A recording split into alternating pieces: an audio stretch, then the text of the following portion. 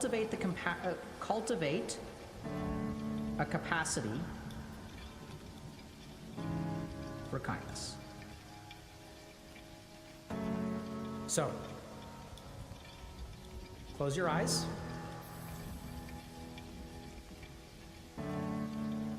Take a few moments to breathe in and breathe out.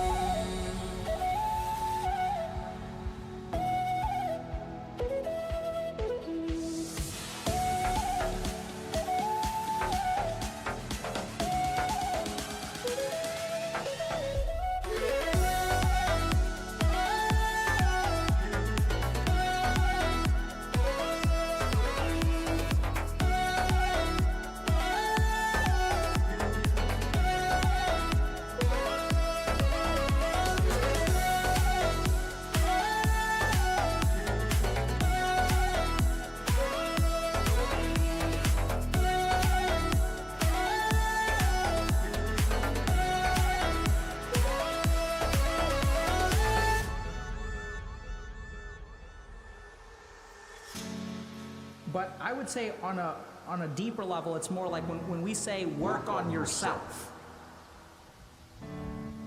That involves all kinds of like things about moving your life forward. And they struggle with motivation in these things. It's because when I don't think I'm worth it, I'm not worth fixing.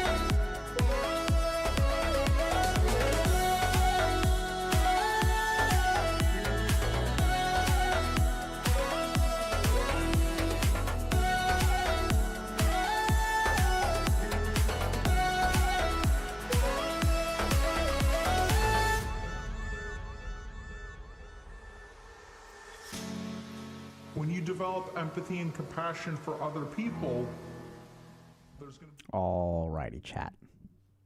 Let's get started. Welcome to another Healthy Gamer GG stream. Just a reminder that although I'm a psychiatrist, nothing we discuss on stream today is intended to be taken as medical advice. Everything is for educational or entertainment purposes only. So if you all have a medical concern or question, please go see a licensed professional. I know that's, we offer that disclaimer every single stream, which is fair enough. But today we are going to be talking about a more clinical topic. So today we're going to be doing a deep dive into addiction. And just to be super clear about this, so like, I've been doing some addiction psychiatry work for several years now. I got interested in technology addiction back in 2015. I know it sounds crazy to think about it so long ago. But, and so I'm going to sort of be sharing with y'all today, like my take on addiction, right? So as a psychiatrist who's worked in rehabs and things like that, as someone who's been interested in technology addiction and treating it in some form for about 9 years, how do I understand addiction? So how does addiction work? Where does it come from? What are the different layers to it? And then also how to understand recovery from addiction. So this is not meant to be a substitute for clinical care. We're going to talk, I mean, this is a little bit closer to, if I was teaching a 2-hour lecture to psychiatry residents about an overview of addiction, this is basically the lecture that I would give. So that's really how to take that and understand that. This is not meant to be a substitute for actual addiction treatment.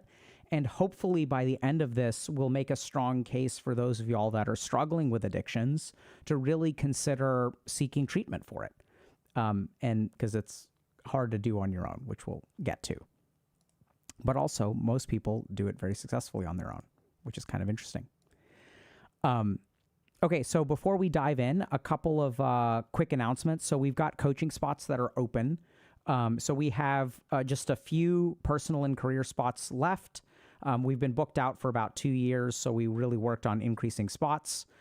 So if y'all are interested in coaching, it's kind of like we don't know when there'll be spots open again. I mean, the spots open up every week, but generally speaking, they tend to fill up, and we tend to be at about 95 to 99% capacity. We were at that for about 2 years. So if y'all are interested, have been thinking about it, want to give it a shot, kind of like now is the time.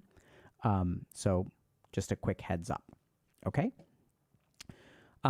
So today we're going to talk about addiction. So we're going to do a deep dive into addiction. And what does that mean? So I've been doing some addiction psychiatry work for many, many years now. For about 1 year, it was my full-time job. So I was working at 2 different rehabs as the psychiatrist kind of there. And it's been a really interesting journey. So I started getting interested in technology addiction back in 2015. So that's also been very interesting because I think a lot of the assumptions that we have about addictions change a little bit when we're dealing with technology, because technology is fundamentally different, right? So there are substance use disorders, and then there are behavioral addictions. And these things are actually not the same and not interchangeable. So let's first talk a little bit about what do we mean by addiction, okay? So generally speaking, if you're trying to figure out, do I have an addiction or not?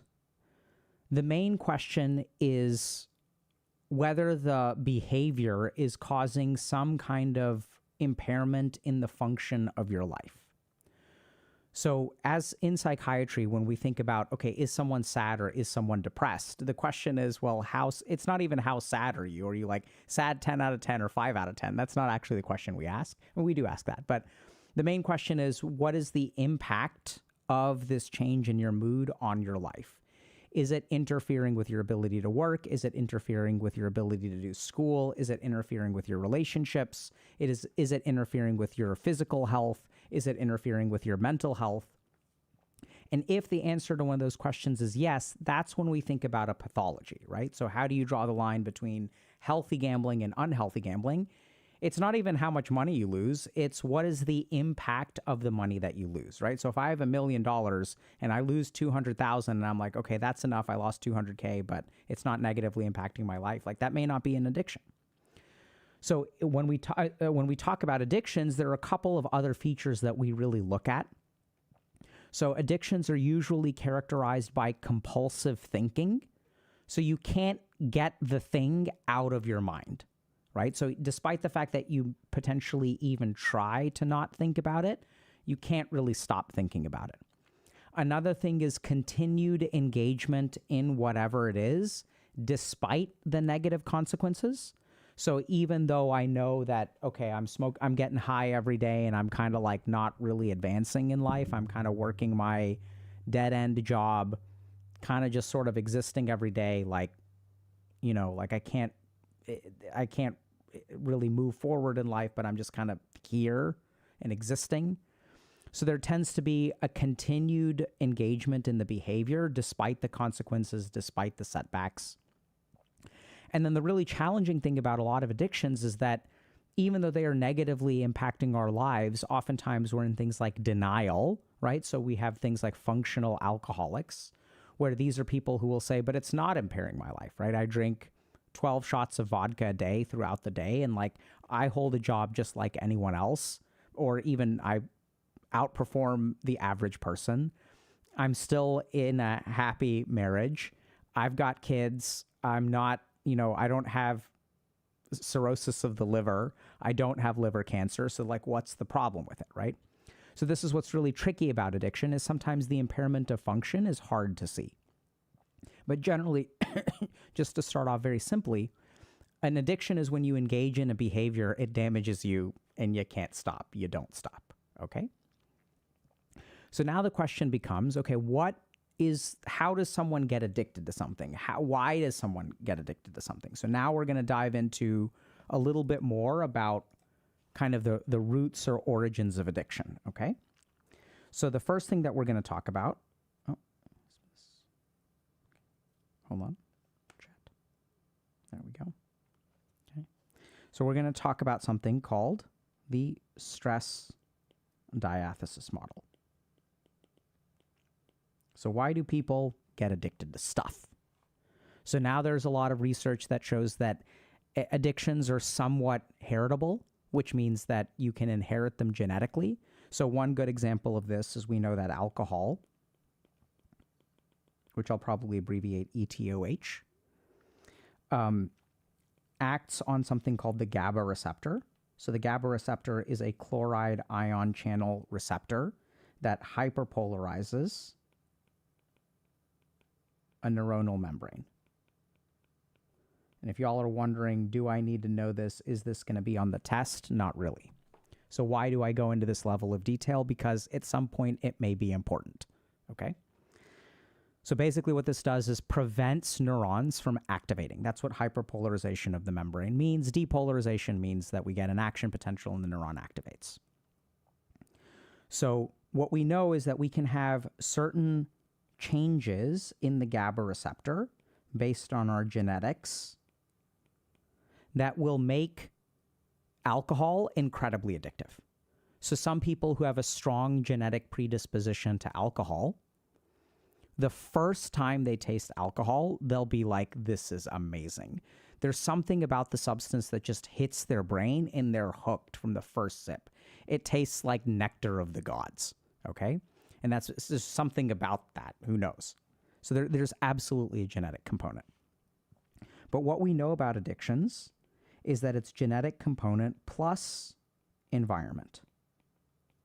So if I have a strong history of alcoholism in my family, does it mean that I am destined to be an alcoholic? Absolutely not, right? So we know there are a lot of people who have genetic predispositions who don't become alcoholics. We know there are a lot of people who were alcoholics who are no longer alcoholics, and it's not like their genetic predisposition changed, right? So they're able to develop sometimes, usually not a healthy relationship with alcohol, but usually an abstinence-only approach.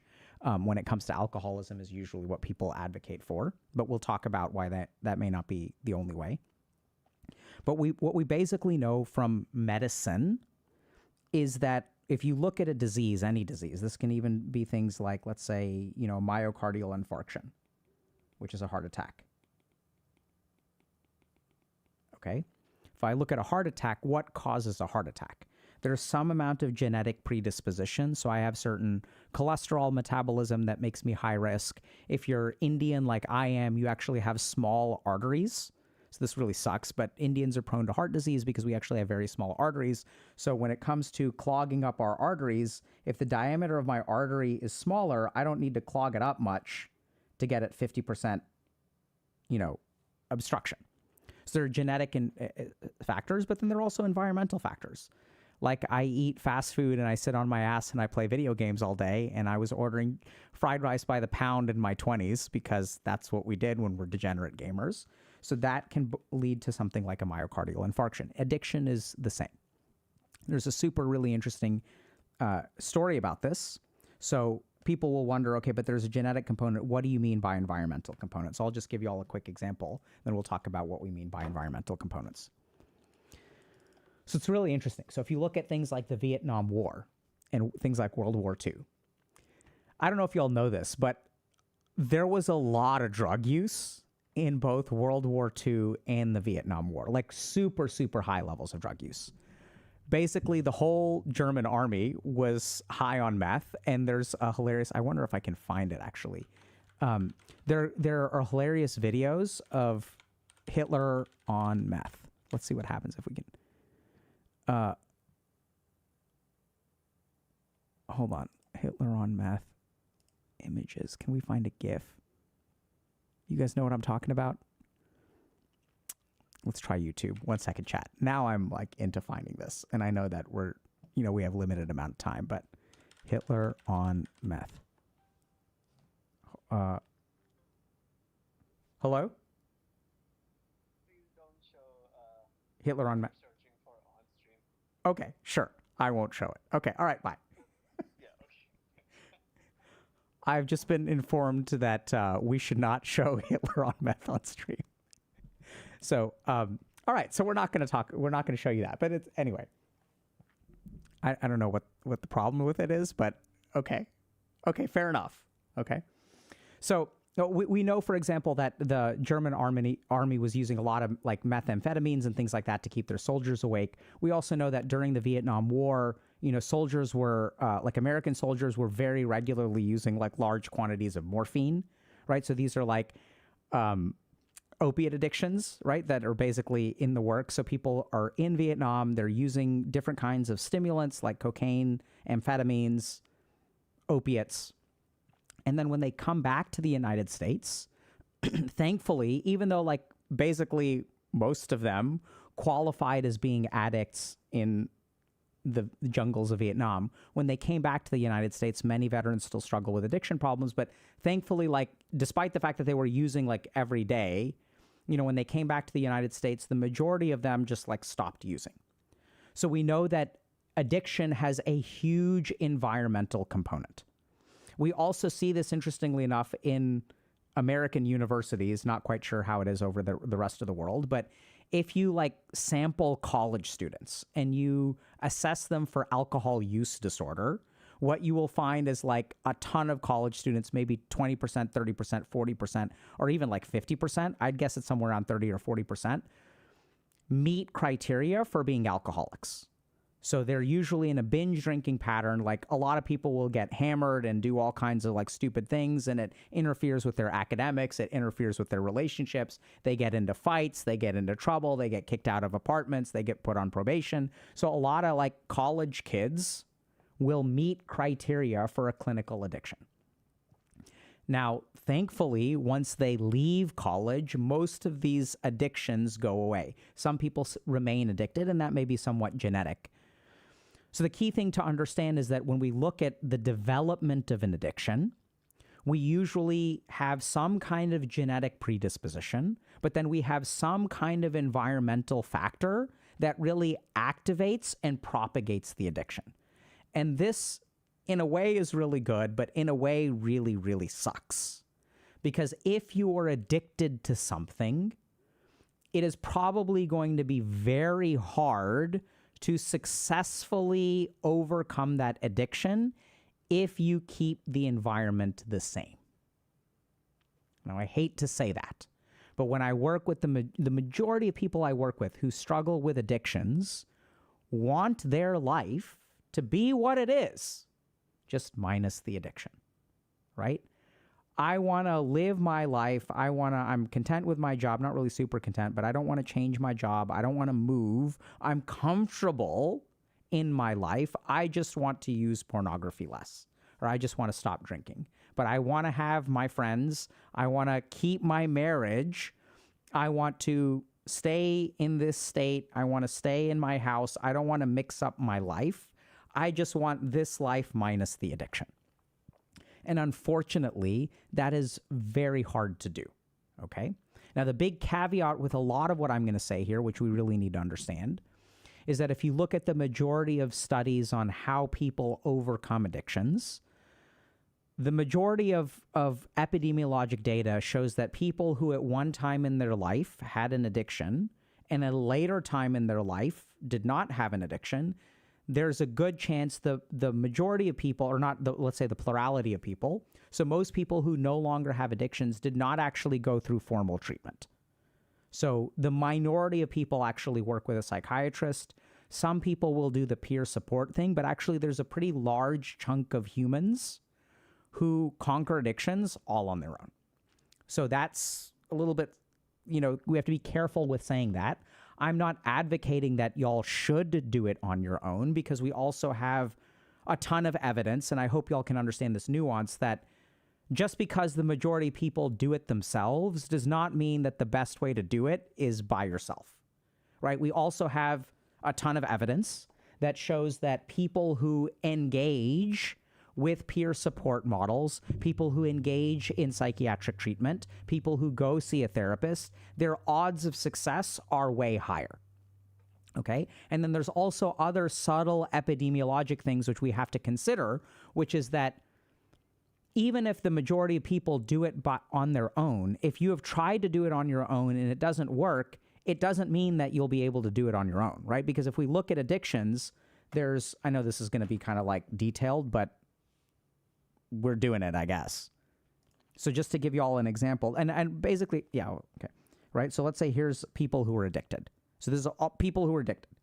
So, here's the average person with an addiction. Their addiction is like at the 50th percentile. And there are some people over here who have really bad addictions. So this is like the 90th percentile. And there's some people over here who have less severe addictions, right? So there's a range on the severity of our addiction. So it's very possible that the majority of people who conquer their addiction, they're actually this group. And so if you kind of haven't overcome your addiction already, you may need a more intensive approach. And that's just a combination of your genetics and your environment, right? Where you end up on the spectrum. So genetics plus environment causes addiction. And we know that a lot of people can kind of do it on their own. But today what we're going to dive into is sort of what are the steps to do it. And unfortunately, changing your environment is a big step, okay? So now let's talk a little bit more about, okay, so if someone is addicted, like what's going on, right? So we defined addiction, but we can also try to understand addiction from a neuroscience level. And this is by no means complete, okay? But it is what I would call a functional understanding of the neuroscience of addiction. So this is when I'm working with patients, I make certain shortcuts or take certain shortcuts to try to improve, make it easier to understand. So let's try to understand the circuits that are involved with addictions. Okay, so amygdala, limbic system, nucleus accumbens, and frontal lobes. So back when I was at McLean Hospital and faculty at Harvard Medical School, I was trying to develop a neuroscience program that targeted, a meditation program that targeted the neuroscience deficits in addictions. So that was something that I was working on a while ago. And so then I did this instead. But thankfully, there's a lot that I learned that we're going to try to share with y'all, okay? So let's understand what these parts of the brain do and how they contribute to addiction. So our thalamus is our sensory gateway to the brain. Okay? So what does this mean? This means that we have 5 senses. We have eyes, nose, ears, sense of touch, taste, hearing. Did I say that? Eyes, ears, nose, taste. Yeah, I covered them all. Touch. So all of these things have different cortices. Like the somatosensory cortex is where we feel things. The occipital cortex, which is in the back of our brain, is where we see things. And all of our sensory cortices basically connect in this thing called the thalamus.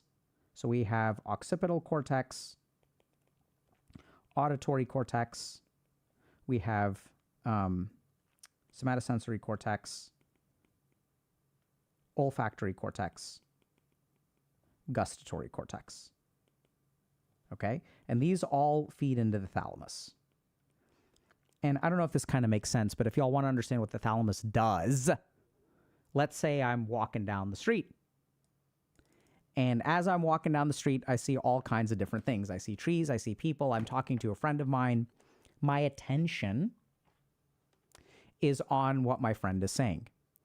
And then I get all this visual stimuli, but I'm not really aware of it. So even though a car drove by, if you ask me, hey, what color was that car? I was like, I don't know, I wasn't paying attention.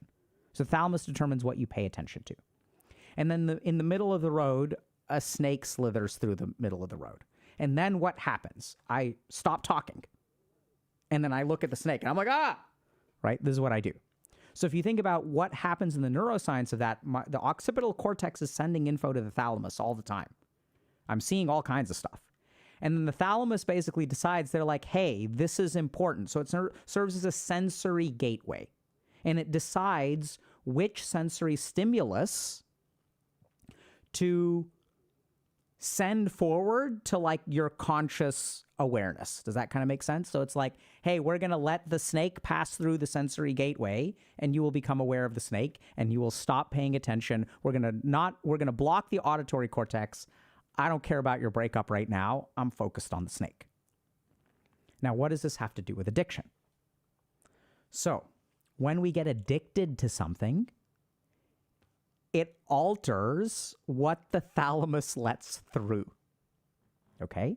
So if you look at alcoholics or other people who are addicted to things, there are oftentimes cravings are triggered by associated sensory stimuli.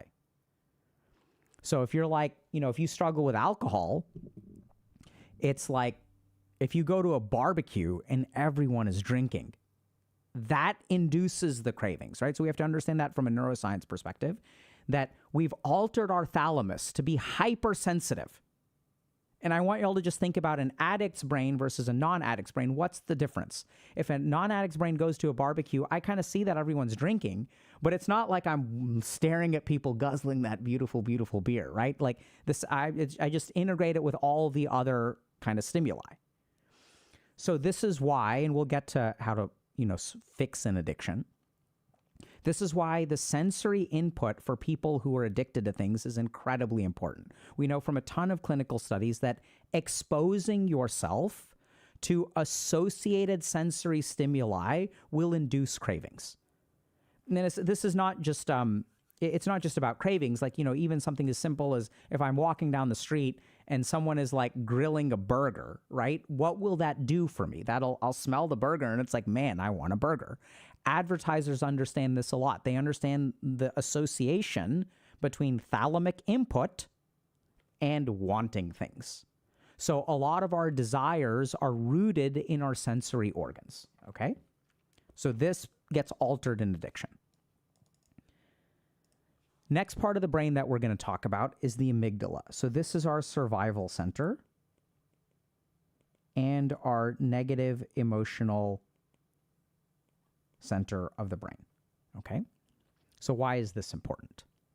So if we look at basically any addiction, addictions require two things.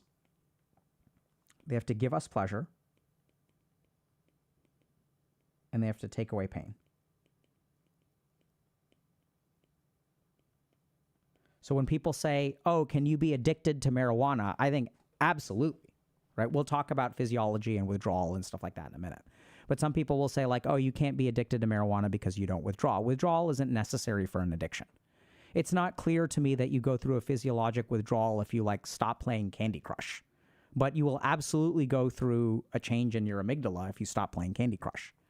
Okay? So when addictions do this, when something does this, we have the possibility of getting addicted to it. Okay?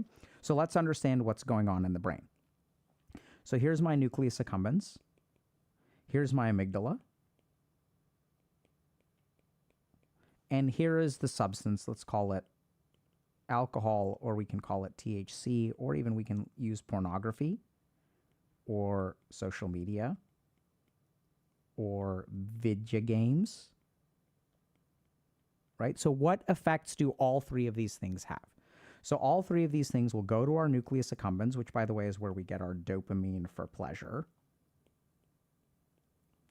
We'll go over here. and they will activate it, right? Porn is fun, booze is fun, sex is fun, social media is sort of fun, video games are fun, alcohol is fun, right? We enjoy it. It's like enjoyable to spend time on Instagram or whatnot.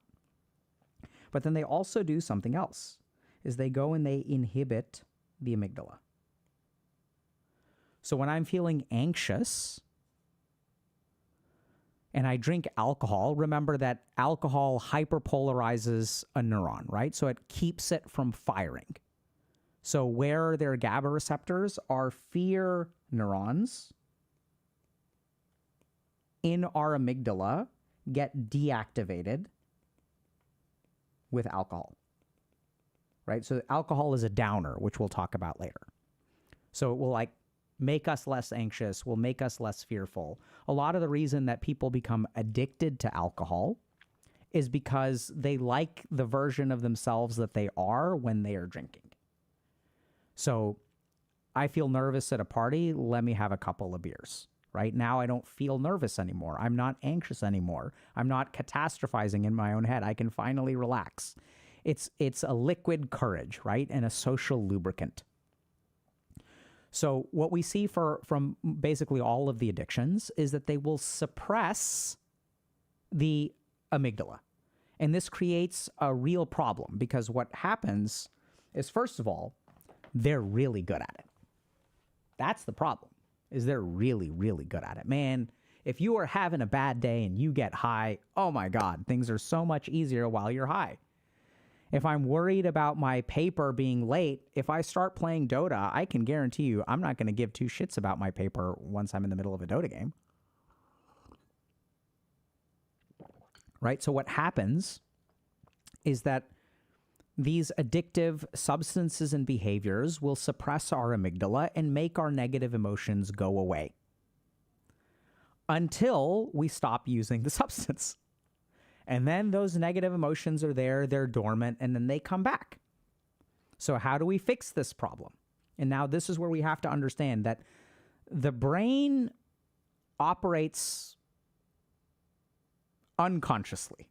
Okay, I know that sounds weird, but let me explain. So the brain is kind of like a cat, where like once you feed it, like the cat's going to come back. Like once you do something that works for the brain is like, great job, let's do it again. That's the fundamental nature of like neuroplasticity and reinforcement, right? The brain is capable of learning. So if it has a problem, like let's say I feel hungry and I eat something and then the hunger goes away. And then the brain is like, that's great. That worked well. Eating things worked well. And then something tricky happens because if I'm really hungry and I eat like 1,500 calories, the brain is like, this is awesome. This one burger is worth so many pounds of broccoli. Like how many pounds of broccoli do I have to eat to get the calories out of a single burger? So the burger is more efficient. Brain also loves efficiency. This is why when you want a glass of water, you don't walk 10 miles to your neighbor's house, to a friend's house and get a glass of water over there. You go get a glass of water from your own sink. It doesn't do extra work. It tries to reduce the amount of work we do because that's like life and biology and conservation of energy.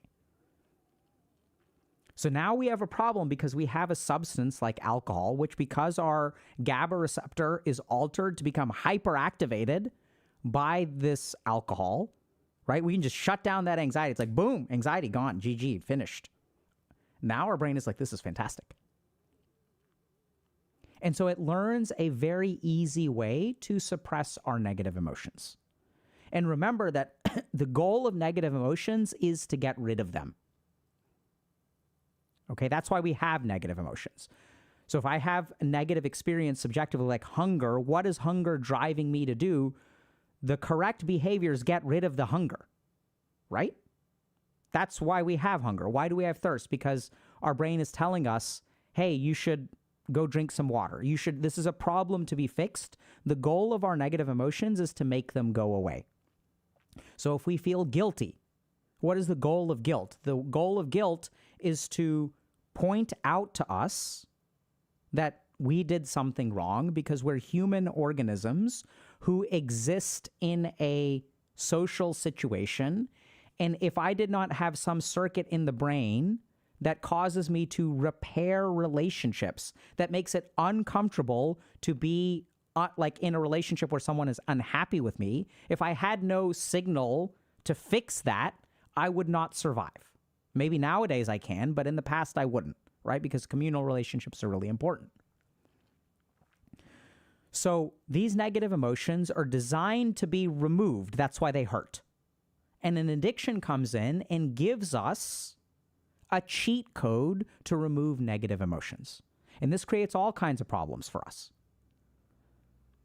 The first thing that it creates is that now we become dependent on the substance or the behavior to remove the negative emotion. But the even deeper problem, which we'll get to later, is that it short circuits our motivation for corrective action. So when I feel ashamed of myself for the way that I look, for some people, this shame is part of the motivation to start eating healthier, adopt a skincare routine, go to the gym, get dressed better, fix my hygiene. But when I have that shame and I play a video game and then for 12 hours a day, I'm just chain queuing on Deadlock, my hygiene doesn't matter, none of this stuff matters, and my shame goes away. So one of the things that I see, and we'll get to this towards the end, but like one of the biggest problems with addiction is that it's not just the addiction itself, it's the way that it stops you from growing in life, and your life begins to stall. And why does it stall? Because you're actually short-circuiting the most powerful motivator that you've got, which is your negative emotional circuitry. Right? So these are like really powerful motivators, way stronger than our positive emotions, by the way. And you can see these like, these clips of like some person walking down the street and they get pranked when like 100 people run around the corner and start running in the opposite direction like the world is ending. And what does this person do? They turn around and they start running with the pack and we all laugh. That's not funny. I mean, it is funny. But it's like that's the way our brain is wired. When we have negative emotions, our brain is like, go, go, go. When we get angry, we start fighting. When we feel afraid, we run away. And if we didn't feel afraid, we'd be like eaten by a pack of lions. So this creates another problem in addiction, a downstream problem, which we'll get to. But key thing to understand is that we get emotional suppression, okay? Next. Man, I really wish I could show that Hitler clip. It's really something else. Okay. Which ones do we have next? Okay, limbic system. So we talked about limbic system a little bit. So our limbic system is more broadly our emotional system. Now you may say, but Dr. K, didn't you just say that the amygdala is our emotional system? So amygdala is part of the limbic system, but it's a very particular part where we experience especially fear and anxiety. Okay? But our broader limbic system also gives us access to social emotions. So if you look at like a reptile, like an alligator will have an amygdala. Alligators are capable of things like fear and anxiety. But they don't have some of the more broader social emotional circuitry that like mammals or primates have. So if you look at like all these mammals that have like packs and stuff, like alligators and crocodiles are like solo, right? They're like, it's not a co-op game, it's a solo game. That's what life is. And so our broader emotional circuits like shame, guilt, pride, these are our social emotions and come from the broader limbic system. Okay, so the limbic system includes the amygdala, but there are emotions that come out of places outside of the amygdala. And our limbic system also has our positive emotions. Things like, happiness, joy, curiosity, right? That doesn't come from the amygdala, usually. So this also gets affected. So we already talked about shame and guilt, and these are actually very, very important because when it comes to addictions, these are oftentimes the crux emotions that have to be dealt with when we're trying to overcome an addiction. So what do I mean by that? So when we have an addictive behavior, consequence, right? But then this consequence, so when let's say hopefully this never happens, and hopefully it doesn't happen to you or anyone that you know. So I've worked with people, for example, who have been operating a motor vehicle under the influence of a kind of substance. They've had an accident and someone has died. Sometimes it's the person in your car, sometimes it's the person in the other car. Like, it's super, super bad. So you have this consequence. And this consequence then leads you to feel shame or guilt. Now, this creates a big problem because this shame or guilt is so profound, right? You can't just fix that. So if I feel ashamed of the way that I look, I mean, this is hard enough, is like going to the gym and eating healthy and working with a stylist and getting my hair did and hygiene. Like, that's plenty of work. But there's nothing you can do to bring someone back to life. So the shame and guilt that comes from like a motor vehicle accident that ends in someone dying, there's no fix for that. And then what is the way? Now we have a astronomical amount of, let's say, shame and guilt. And if this is not fixable in the real world, what does this do? It just drives the addiction. And then what happens is because I can't deal with it, right? So I'm going to drink because that's all I can do to make the pain, which is so unbearable, go away. And then what happens is I notice this cycle. Wow, someone died because I was drinking and driving. And I can't even stop drinking and driving. So when we get stuck in the cycle of addiction, then that just feeds the shame and guilt, which in turn feeds so this just is a cycle that is very difficult to break. This is not just reducing my anxiety when I'm drinking. So there's like a different layer of this, right? So from a clinical perspective, when I'm working with someone, not all emotions are the same, and you have to deal with different emotions in different ways. Now let's talk about the nucleus accumbens. So this is our dopaminergic circuitry. So remember that dopamine gives us three things: pleasure, anticipation, and behavioral reinforcement. So the first thing to understand about dopamine is that these three things come together. There's no amount of, you can't separate them. So, because it's this all comes together. It's the same circuits. So what we see is that, when you play a video game for the first time, you have fun, right? You get pleasure. And then what happens? You want to play it again. You start to crave it, right? And then you do play it again. You have motivation to play the video game again when you have fun.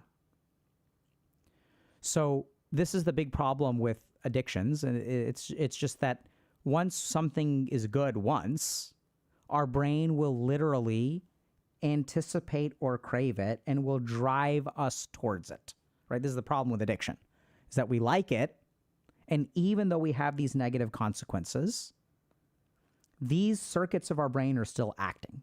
So this is really important to really spend a moment on, okay? So when I work with patients, a lot of times people will wonder, I don't know why I can't stop. Right? They'll say, like, I don't know why I can't stop. For a second. And the reason you can't stop is, this is really important to understand, you are not monolithic. Right? You are not one thing. So if you look at the human experience, the human's experience is filled with internal conflict. Oh my God, I want to stay in bed for 5 more minutes. I really should get up. Oh my God, I want a second cup of coffee today, but I really shouldn't. Oh my God, let me order dessert today. No, but I don't want to. Right? The human brain is filled with conflicting stimuli. The thalamus is telling you burger, and the nucleus accumbens is telling you burger. But our frontal lobes are telling us no burger. Our limbic system and shame circuit is telling us no burger. Right? Until the person you're with orders a burger, and then your shame circuit is like, thank God, now I can order a burger too. So if you don't know why you can't overcome an addiction, it's because you are like 10,000 people. There's 10,000 voices inside you that are all fighting. And you may focus in this one moment on the shame that you feel, and you may say to yourself, why can't I stop? But you have to understand that your nucleus accumbens is a completely different like person. It's like, I don't give a fuck what shame you feel. I'm the nucleus accumbens. It's my job to get dopamine. That's what I'm for. And I'm going to crave dopamine. I'm going to give you a bunch of pleasure when you get dopamine. And I'm going to motivate you towards dopamine. That's my job. Right? We don't get mad at a trash can for not being able to grill a steak. It's like a grill is one thing, a trash can is another thing. So your different parts of the brain are doing what they know how to do best. And that's how an addiction arises, because the different parts of your brain don't know the broader stuff, right? They're only doing what they know how to do. They're doing what millions of years of evolution have taught them to do, what has designed them to do.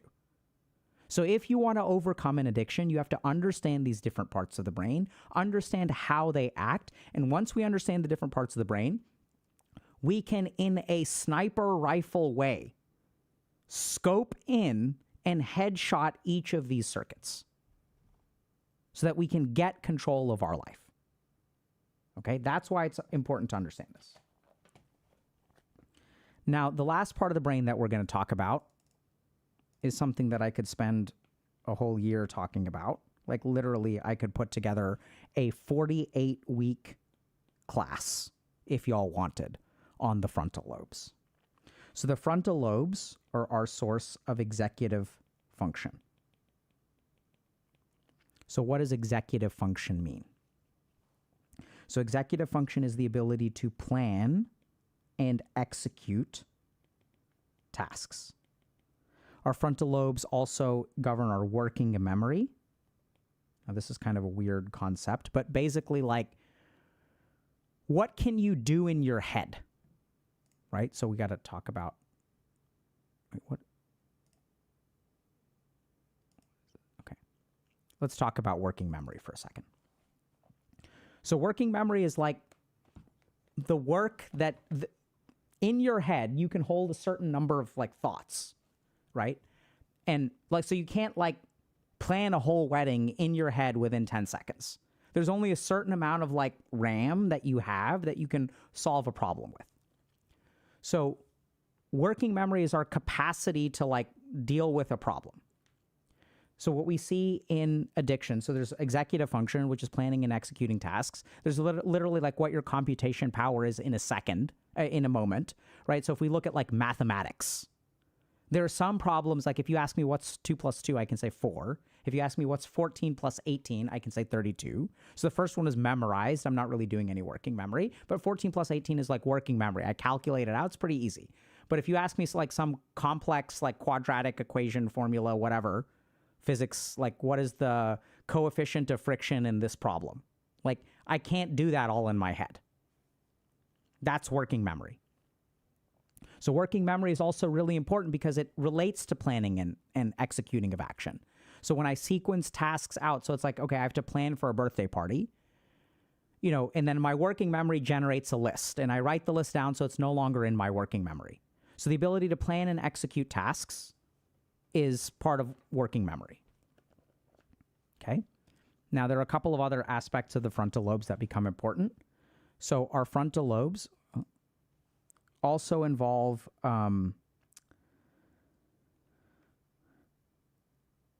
let me think about how to say this. So willpower, let's just call it willpower. So the ability to restrain other parts of the brain. They involve attentional control. Activating certain parts of the brain. Right? So when I want a burger, but I'm trying to study, my frontal lobes basically suppress my thalamus, and then they like focus, they plan and execute tasks, so I'm like back to studying. So what we tend to see is that there are lots of deficits in the frontal lobes when someone has an addiction. So I'll give you all a good example of this. So people who have addictions, their predictive error processing is impaired. What does this mean? This means that if you take a human being who is not addicted and you take a human being who is addicted and you ask them, if you do this thing, what will happen? Their capacity to predict accurate consequences is way lower, right? So this is like something that's really kind of important, once again, to understand, because it's like, why do people who are addicted do things that are quote unquote stupid? Like you may wonder, okay, why don't I just stop? Why can't I just stop? Or if you know someone who's got an addiction, you may wonder, like, why can't they just stop? So we have to understand that from a neuroscience perspective. What does that mean, just stop? What that means is that your brain is making a calculation that if you engage in this behavior, the outcomes will be bad. The benefit that you gain from the behavior will not be worth the cost. Now, imagine for a moment that your brain wasn't able to make that calculation. That the brain looks at this and is like, there's no problem with this. This is not about conscious awareness, okay? This is not about what you think. This is a neuroscience level. So literally, like when, and this is what's so interesting is when I work with people who are addicted, from a conscious awareness perspective, they are confused. They're like, why am I so stupid? Why can't I learn my lesson? Why do I keep doing this? I don't want to keep doing this. Which part of your brain wants to do it? Which part of your brain makes the predictions about what is doable and what is not doable? Okay? So when we feel a lot of frustration with ourselves, when we feel a lot of shame and guilt towards ourselves, which part of the brain is that coming from? Oh, that's coming from the emotional circuits of the brain. The emotional circuits of the brain do not calculate what happens when I act. Like, duh, right? When I get pissed off, the part of my brain that calculates what will happen when I get pissed off doesn't function. There's a different part of the brain. And in fact, we know that the amygdala, hyperactivity of the amygdala, suppresses activity of the frontal lobes. So this is super cool. So our emotions impair our ability to calculate. And that's a feature, not a bug. Because when we're like afraid and anxious, when we're seeing a snake slithering in front of us, or we're being chased by a pack of lions, or 100 human beings feel it seems like the end of the world is ending and they're running towards you, you're not like, I wonder what's going on here. What should I do? Should I really let's calculate this. Let's think about this. Like a snake, what kind of snake is it? Is it a dangerous snake? Is it a poisonous snake? Is it a friendly snake? Is it a hallucination? Am I psychotic? Am I delusional? Is it a sign from God? Maybe the tiger's friendly. Maybe the pack of lions, like I saw that YouTube video or that TikTok of that person cuddling with the lion. Maybe they want to cuddle. I wonder what's going on. Not what our brain does. So there is a prediction error processing. And this becomes important because I try to help my patients understand. It's not that you're stupid. It's going to sound terrible. It's that literally the consequences that you predict, and we'll get to this, we'll give you guys like good psychological examples of this, like, I can handle it, right? Addicts will say, I can handle it. This will become a problem when I start using as much as this person. And if I ever lose my job, then it's a problem. So that's the psychological manifestation of this, right? We tell ourselves all these different statements in our head. We make justifications. But what is the nature of that justification? The nature of that justification is an incorrect prediction. So in people who are addicted, we see a lot of frontal lobe deficits. We see an inability to predict the consequences of your actions. We see an inability to plan, which is actually really, really important, right? So a really big cause of addiction is having an insufficient plan to escape high-risk situations.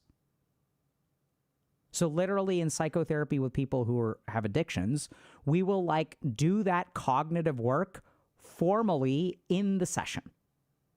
So it's like, if someone invites you to a drink, what are you going to do? If someone invites you to a barbecue, what are you going to do? If some person that you swiped right on Tinder is like, want to grab drinks and then we can smash, what are you going to say? So we see difficulty planning and executing tasks. We see sometimes deficits of working memory. We see deficits of suppressive circuits in the brain. We see attentional deficits. So what does an attentional deficit mean? This means once I start thinking about alcohol, I can't stop. Right? Once I want to play a game, I can't control myself. So that's what we call broadly willpower. All right? So it's bothering me. I can't stop thinking about it. So those are the circuits of the brain that we're going to talk about, okay? So we covered these. And this is what is like their problems. And there are particular things. So when we figure out how to approach this, we are going to like target each of these things, because each of these things, if we give these parts of the brain the respect that they are due, and instead of just blaming ourselves for being weak-willed or lazy or a loser or whatever, if we understand what's going on within us, it gives us a path forward. Okay? Now let's talk about physiology, tolerance, and withdrawal. Okay? So, I hate to break it to y'all, but the human brain is not designed for happiness. It is designed for survival. And one of the most important aspects of survival is something called homeostasis. So this is baked into biology, baby. So we have homeostasis of temperature. Human beings are 98.6 degrees on average. If it gets up to 100 degrees, we're still 98.6. If it gets down to 60 degrees, we're still 98.6. How does that work? So we have temperature receptors that, depending on the temperature that they detect, they will activate certain parts. So if I detect a high temperature, I will engage in sweating. And what happens when I sweat is I secrete liquid sweat through my sweat glands, and then that sweat evaporates. And the energy of evaporation gets absorbed from the heat of my body, and then essentially we're boiling water off of our skin. And for the more water that we boil off of our skin, the more our temperature drops, because it's getting that energy from our skin. When we have low temperature, we activate these, that gets detected, and it goes to our brown fat cells. And our brown fat cells store all this fat, and they just burn energy. Why do they burn energy? To generate heat for the exothermic reaction. So white fat, which is our fat storage cells, those are usually designed to like give us energy when we're not eating. But brown fat is a different kind of fat. It just has a bunch of fat that it just burns for fuel to keep the place warm. It's like a fireplace. What we also see, interesting side note, is that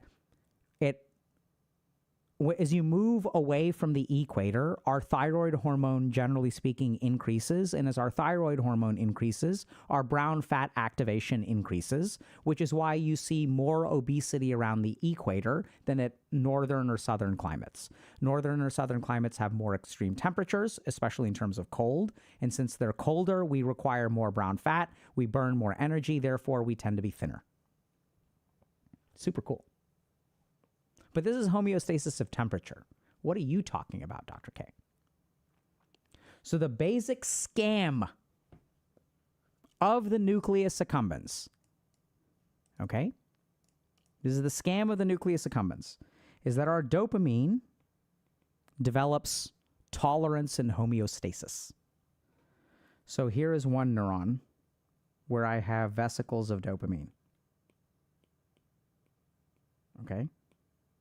These are vesicles of dopamine. And then I have my receptor.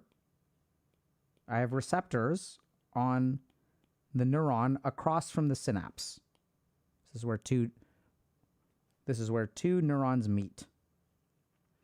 And if I do something dopaminergic, I get a release of dopamine. So let's say that at normal times, I get 3 units of dopamine secreted. I've got 3 receptors, so I get a signal of 3.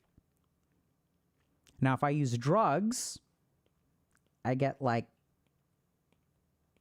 a ton of units of dopamine.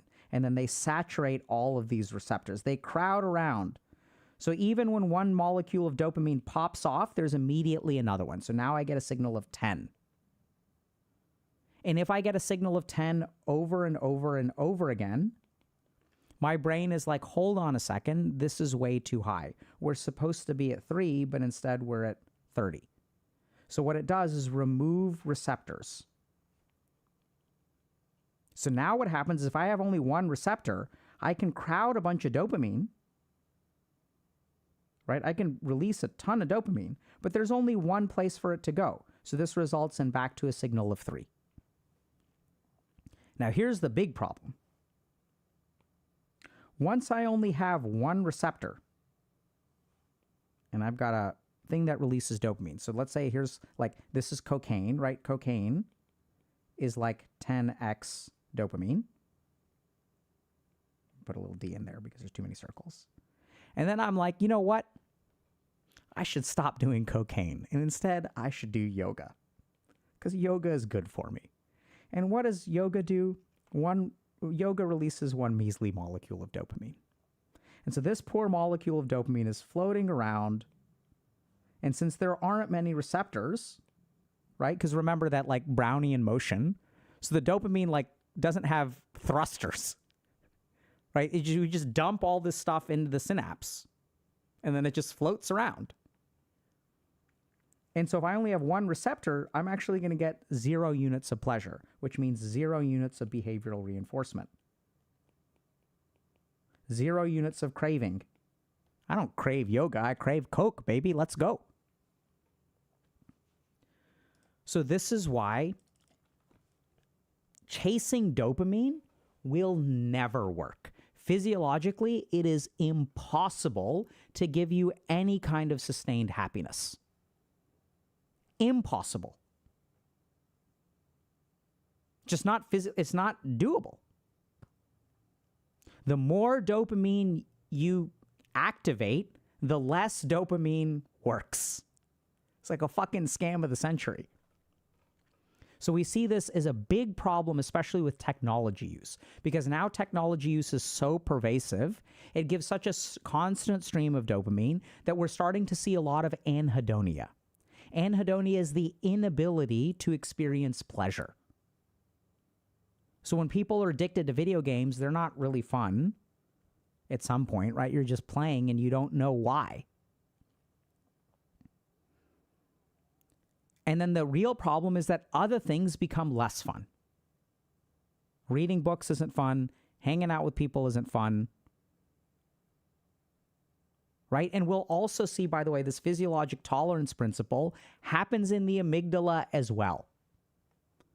So when I constantly suppress the amygdala, what is the adaptation that the amygdala makes?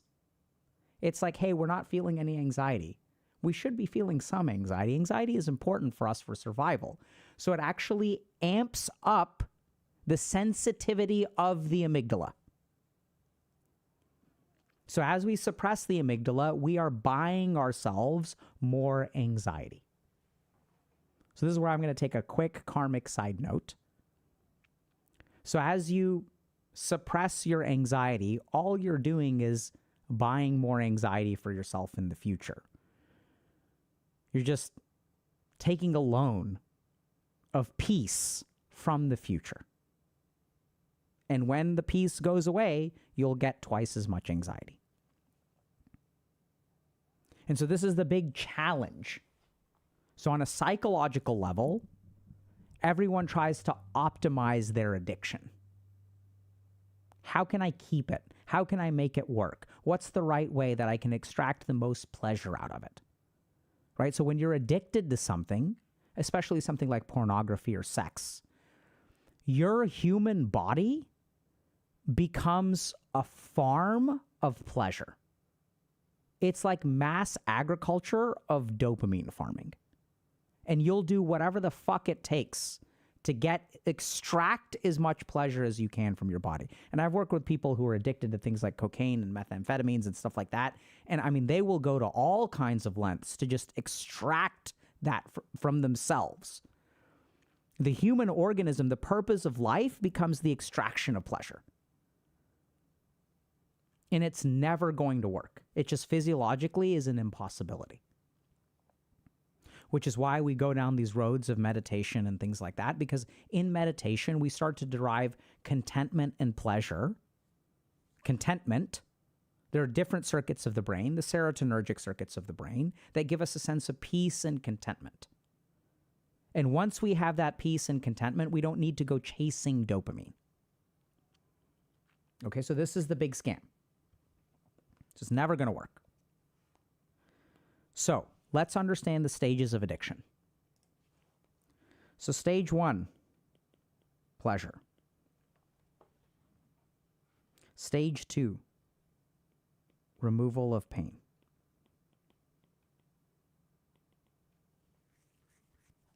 Stage 3, dependence and absence of addiction leads to pain.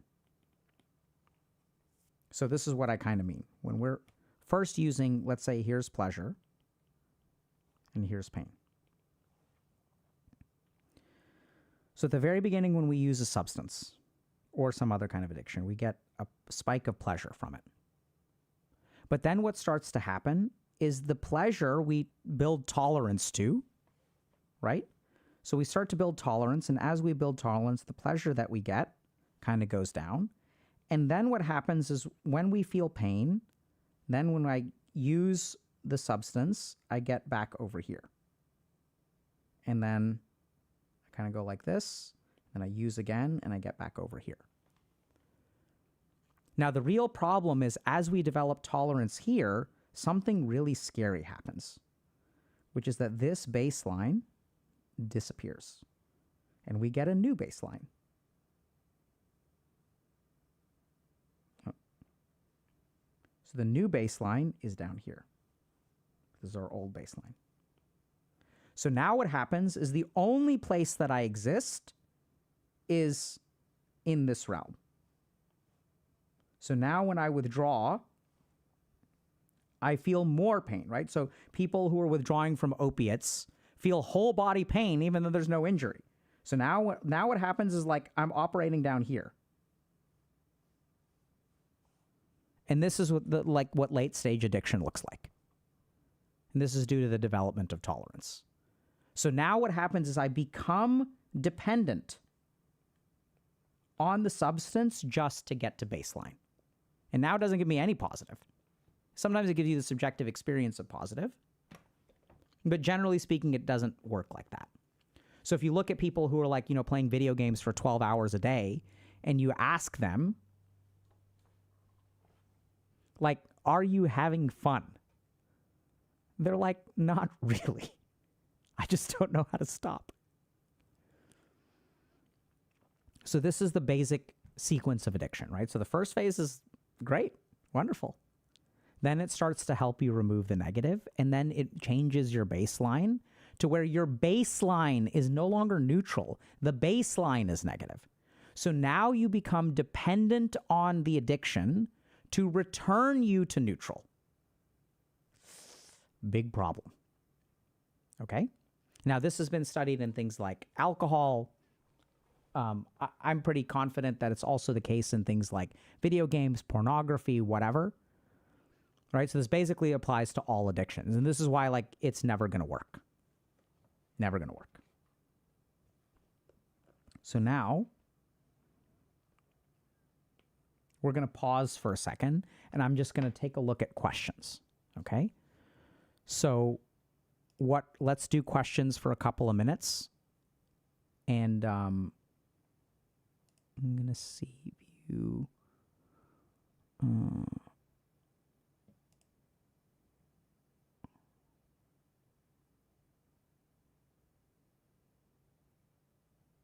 going to try to pull up. Hold on a second. One second. Oh, don't need that. Okay. Chat. Yay for YouTube ads. Okay, so I'm going to just ask what questions do y'all have so far. Okay. Can you get back to a normal baseline after stopping? Absolutely. Can the baseline be restored? 100%. So let's remember that the baseline alteration is a biological adaptation. It's nowhere near permanent. So in the first stage of adaptation, we just remove the receptors from the membrane. They actually still are sitting in the closet. They're not even degraded. They just get removed from the membrane. And so if we, in the early stage, like if you're not super addicted, like you can just stick them back on after a brief period of like abstinence. Now, over time, those receptors will get degraded, and then the recovery from withdrawal like happens more slowly. Then you have to make more machinery and things like that, but you can absolutely reset your circuits. 100%. There's like no scientific question about that. There may be very, very rare or edge cases where people can't do that, but these are basically homeostatic mechanisms. The whole point is to return to neutrality. So you really can't screw it up. So for example, like, I have detoxed a single patient off of alcohol like 10 times. Like over the course of 4 years of residency, I got to know some people really well. And then detoxed them once, detoxed them again, detoxed them like 2.5 times per year on average. And you can reset it over and over and over again. The things that are not recoverable tend to be the direct damaging effects of the substance itself, right? So when we get DNA damage from drinking from 30 years and we develop liver cancer, that's a whole different ballgame. But it's not a homeostatic mechanism. Okay, so does the same apply to food? Yes and no. So this is where I want y'all to once again it's a great question, but let's be precise. Why am I teaching you all this neuroscience? Does this apply to food on the dopamine side in the nucleus accumbens? 100% yes. Does this apply to food on the gastric stretch side? 100% no. Or I mean, even that's homeostatic, right? So there's homeostatic mechanisms for gastric stretch. So when I eat a lot of food, there's a certain amount of volume that my stomach can handle. And even if I eat like pounds and pounds of grass, if there's no caloric input, my stomach will still tell me to stop eating because it's full. So this is what I mean. So like the effect of food on the body is like very multidimensional. There's the insulin glucagon balance, there are liver receptors, there's gastric stretch, there's gastric emptying, there's dopamine in the brain, right? And that's why like, so are we addicted to food? Not really. So there are systems within the body that will make us crave food on a regular basis, like hunger. But that doesn't mean we're addicted.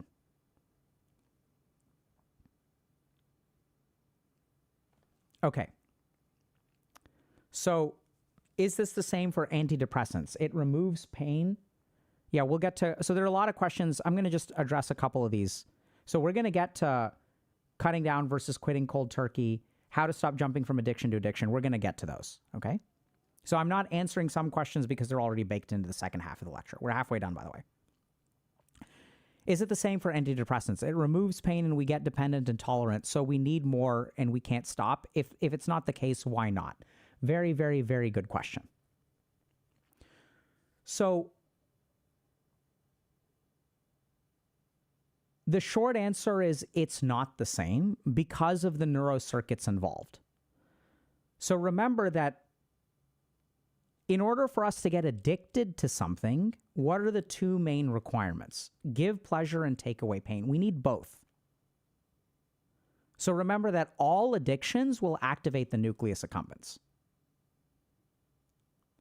But if we don't activate the nucleus accumbens, we do not get craving and we do not get behavioral reinforcement, right? This is why the neuroscience is important. Antidepressants do not activate the nucleus accumbens. Therefore, they don't give us pleasure, they don't give us cravings, and they don't give us behavioral reinforcement. Therefore, we can't get addicted to them. They can help us remove some degree of pain, but the circuits involved are completely different. Right? So if y'all are wondering, can I get addicted to this? Does it activate the nucleus accumbens? If the answer is yes, it's possible to get addicted. If it suppresses the amygdala, it's possible to get addicted.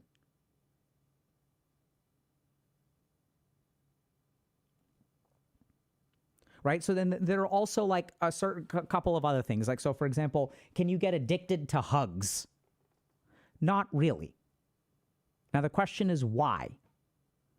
It's because the amount of dopamine that a hug can release is nowhere near the amount of dopamine that cocaine releases. Hugs can do all kinds of stuff for us that are positive, but they're not just from the nucleus accumbens. We feel some degree of like pleasure from a hug, but hugs activate other stuff. They activate oxytocin. They activate emotional bonding. Right? So there's a difference between the activation of positive emotional circuitry and the suppression of negative emotional circuitry.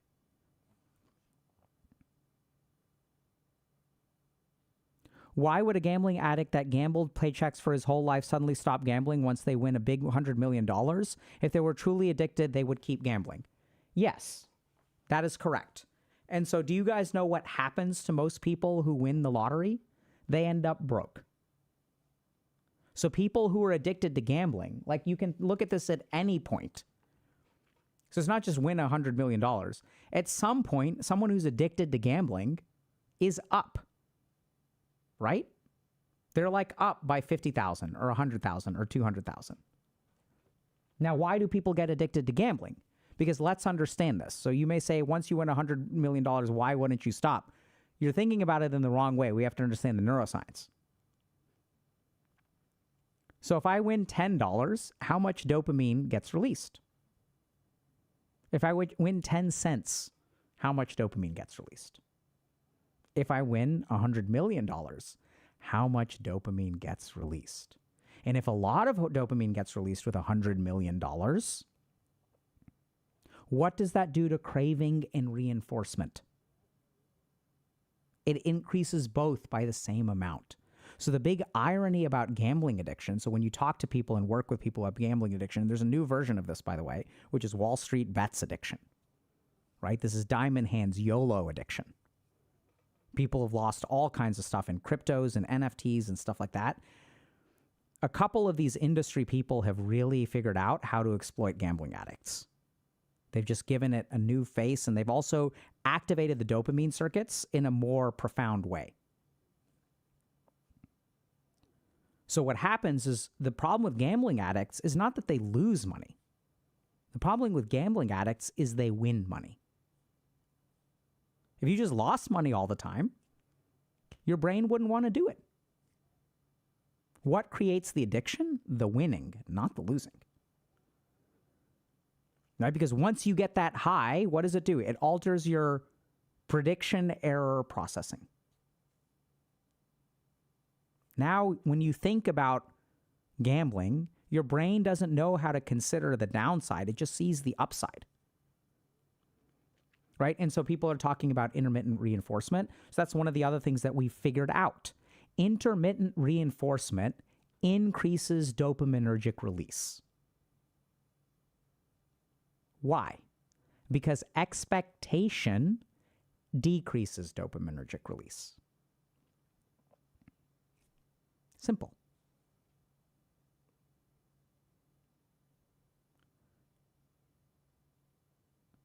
If we somehow derived pleasure from touching fire, we would do it at the expense of existence.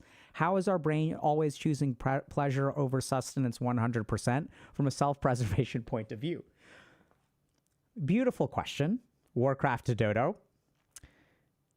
And let's understand this. This is not a hypothetical. We do derive pleasure from things that are bad for us. We derive pleasure from Twinkies. We derive pleasure from pornography. We derive pleasure from methamphetamine. We derive pleasure from fentanyl. Right? We already do that. The problem is that the things that we get addicted to, I think it's going to be very hard to get addicted to fire, but I've seen similar things. So sometimes people will get addicted to self-injurious behavior and literally burning themselves. Right? So that kind of exists too. And we'll get to that in a couple minutes too. But it already happens. How is our brain always choosing pleasure over sustenance? It's a very good question. It's because in the world where our brain evolved, pleasure and sustenance were together. What's the basic reason why addictions are increasing so much in our society is because human beings have figured out how to separate pleasure from sustenance. This is what we discovered. So if we look at calorically dense food, when we were hunter-gatherers foraging for tubers, and it's like, wow, I found a taro root. This is like 80 calories. Woohoo. And then it's like, man, I found some bacon. This is like 300 calories. Delicious. Why do we love bacon so much? Because it's fatty. Everything's better with bacon, especially taro root. Right? What do we love with our potatoes? Bacon chopped up on top. So now what's happened is we've figured out how to separate the sustenance and just give the pleasure. And that's like literally what a drug is. And we're getting better at it. So if we look at morphine, opiates, fentanyl, what are these things? Our body makes them. That's why we have receptors to them. Our body makes endogenous opioids. This is why when you get an injury, after a few minutes, it hurts less. Like, how does that work? It's because your body is like, oh my God, this hurts a lot. Let me pump some morphine into my bloodstream. Good job, body. And so now what we've done is we've isolated it, right? We've just given someone the morphine without the injury. This is why we're getting addicted. Okay? Okay, great questions.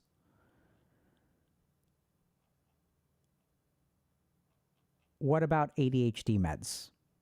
We'll get to that at the end. Okay, so now let's talk a little bit about... Okay, so...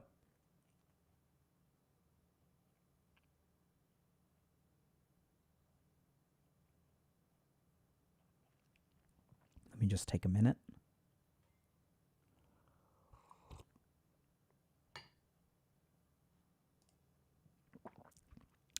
Okay. We'll have hopefully a little bit more time for questions at the end. But I got to be conscious of time. Hold on a second. Let me just check one thing. Okay.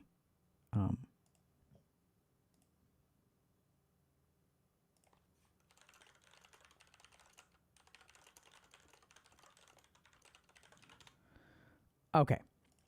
So, let's keep going. So now the question becomes, oh, whoops.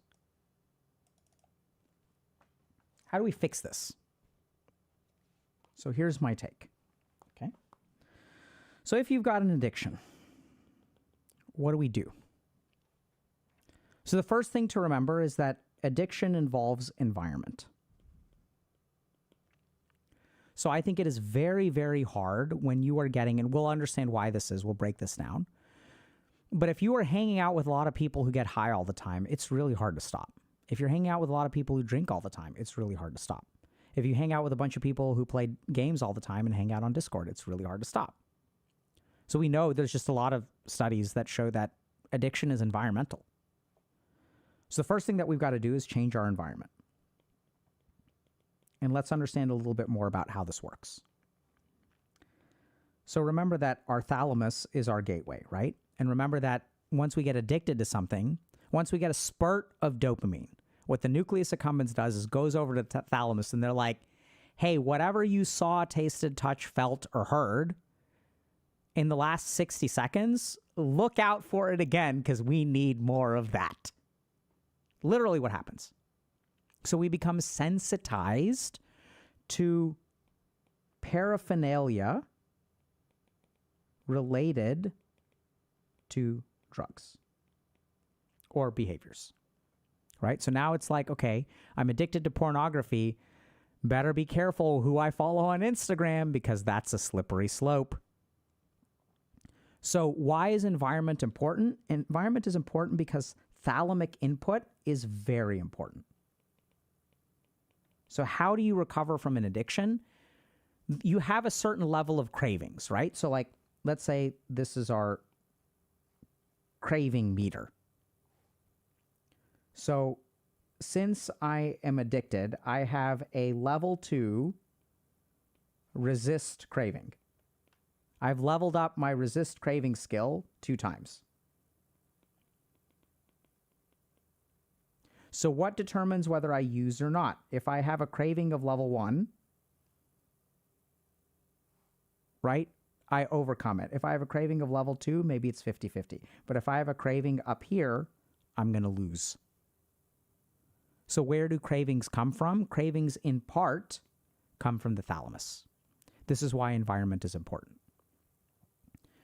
So we're also creatures of habit, right? So when it's kind of interesting. I need to pee, I need to pee, I need to pee, I need to pee. Once I enter the bathroom, what happens to my craving to pee? Goes up, way up, way up, way up, right? So our subjective experience of wanting things is shaped by the environment, like literally. And then if someone's in the stall, then we're like, oh my God, this is impossible. But if we were just sitting in the car for an extra 60 seconds, waiting 60 seconds in front of a stall to go pee is way harder than waiting 60 seconds in your car, right? Kind of weird. So if you are not controlling your thalamic inputs, it's going to be very difficult. So think about what are the triggers for cravings. And this can be weird kind of stuff, right? So it's like, get rid of your bong. Because the bong has no other purpose than to get high, right? So it's like, if you see a bong, you're going to want to get high. If you're sitting at your computer doing nothing, you're going to want to play video games, like whatever. So you have to control your thalamic inputs. And the simplest way to control your thalamic input is by changing your environment. Don't go to a bar if you're trying to quit drinking. It's just going to amplify the cravings. Second thing we're going to talk about, emotional regulation. There are 2 aspects of this. So when I talk about emotional regulation, from a clinical perspective, I work on present emotions and dormant emotions. What does this mean? So when my amygdala is active, right? So I feel anxious. I want to make the anxiety go away. So what we have to have is an alternate emotional regulation technique. We have to make the anxiety go away in the present without substances or behaviors. Okay? So the problem with this is that all of the substances or behaviors that we will, everything that we do that is not a substance or behavioral addiction sucks at regulating emotions.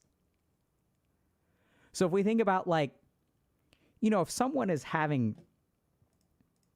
let's just be honest, tell it how it is. So if someone is having like a psychotic panic attack, I don't even know what that means clinically. I just made it up. What do we do in the emergency room? If they're in a period of acute psychosis and they're having a panic attack, what do? We don't teach them deep breathing. We give them 5-250. 5 milligrams of Haldol, 2 milligrams of Ativan, lorazepam, and 50 milligrams of Benadryl or some kind of antihistamine. Okay? That's what we give them. And it works pretty well for agitation, for all kinds of, nasty, nasty stuff. So the problem with addictions is not that they're problems, it's that they're really, really, really good solutions. And man, marijuana works great for anxiety, let me tell you what. Unbeatable when it comes to anxiety. So the challenge is that the emotional regulation skills, because you have to deal with those negative emotions in some way. It's got to be done. And this is the real problem, is that people who get used to addictions are used to instant gratification because that's what the addiction gives you. Right? So it's like, I want y'all to think about this for a second. When you go to a restaurant and you wait, let's say, an average of 15 minutes for your food,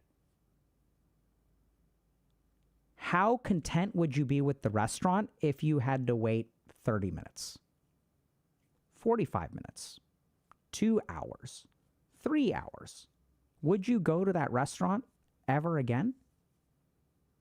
Of course not. This is the struggle of people with addictions, because the other crap that we want to teach you is the equivalent of waiting 3 hours at a restaurant. It's not even 30 minutes. Even that is enough to make people never want to come back. You see how impatient the brain is. And we're like, oh, just be patient. Just think about that for a second. It's just food. Waiting 2 hours, nothing, you're not going to die or anything. Right? It's not like that big of a deal. Oh my God, it's a waste of my time. What the fuck are you doing with your time anyway? You're listen to some guy talk about addictions on Twitch or YouTube or whatever. This is how you spend your time? Like, what is the value of this? You guys play video games for like 10 hours a day. And yet you get so incensed if you have to wait 2 hours for your food. Is ridiculous. So let's understand that's how the brain works. When the brain has an expectancy of immediate benefit and it does not get what it wants, it does not behaviorally reinforce what you're doing. In fact, it does the opposite. It unenforces what you are doing. It says, F this, we never want to do it again. And at the same time, you have to develop emotional regulation techniques. You must deal with those emotions in some ways. So how do we do this in clinical treatment? We teach emotional regulation techniques. We're going to teach you to breathe. We're going to teach you to be patient. We're going to teach you to meditate. The other thing that becomes really important about oftentimes clinical treatment is that we're going to help you process emotions so they don't build up over time.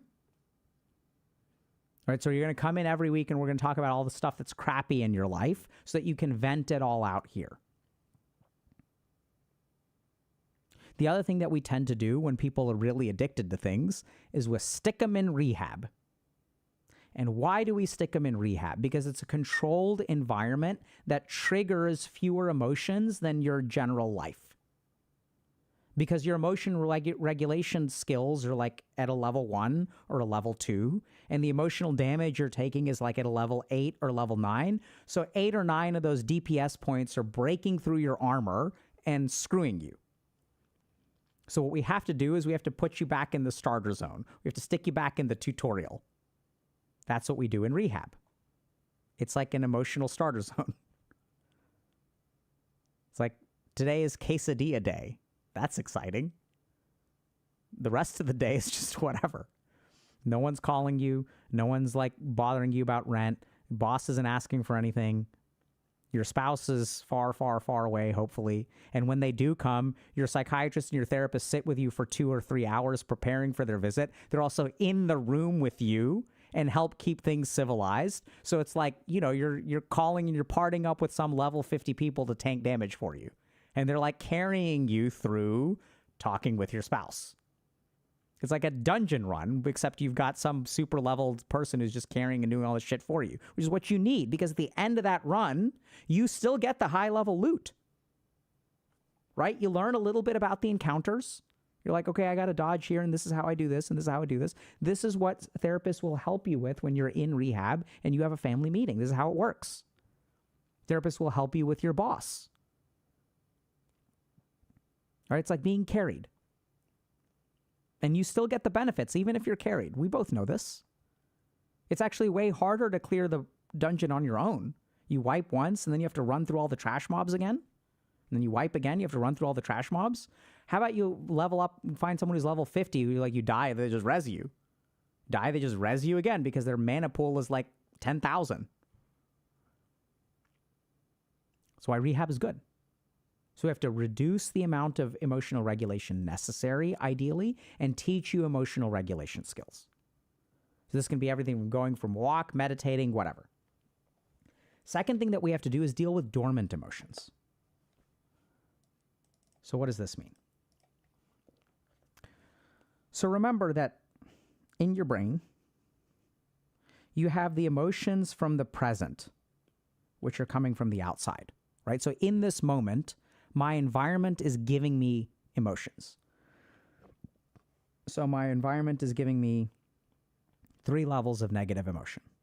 But then remember that we have a whole storage of crap that has been suppressed. And now the problem is that on a given day, when I'm just going about my business, let's say there's 1 level of emotional stress, but if my mind is quiet, some of this stuff, I'm just minding my own business. And then like the shame and the guilt are just like, hey, bro, fuck you. And they just come over here and they just like, nothing even happened today. So all these negative emotions activate. And when these negative emotions activate, your brain turns on and your brain is like, okay, what helps us deal with these negative emotions? Drugs. Let's go. So what do we have to do? It's not just about stopping these emotions and regulating these emotions, because how bad, if you really think about it, y'all, how bad can a day be? See, I want y'all to really think about this. If you are sad every day, or if you're anxious every day, how much of that sadness and that anxiety is coming from the events of that day? If you only lived for 1 day, and that was the only day, how much sadness or anxiety would you have? And there are rare exceptions to this. So if we look at highly traumatic situations, that's an example where you can get a lot of emotion on that 1 day. But for 90% of people, 90% of their days, or even 99% of people, 99% of their days, are not actually that emotional. What really is the problem is that you carry all the emotions forward. Even if you look at something like an abusive relationship and you can say, Dr. K, but an abusive relationship is really bad on this day. I'm with you there.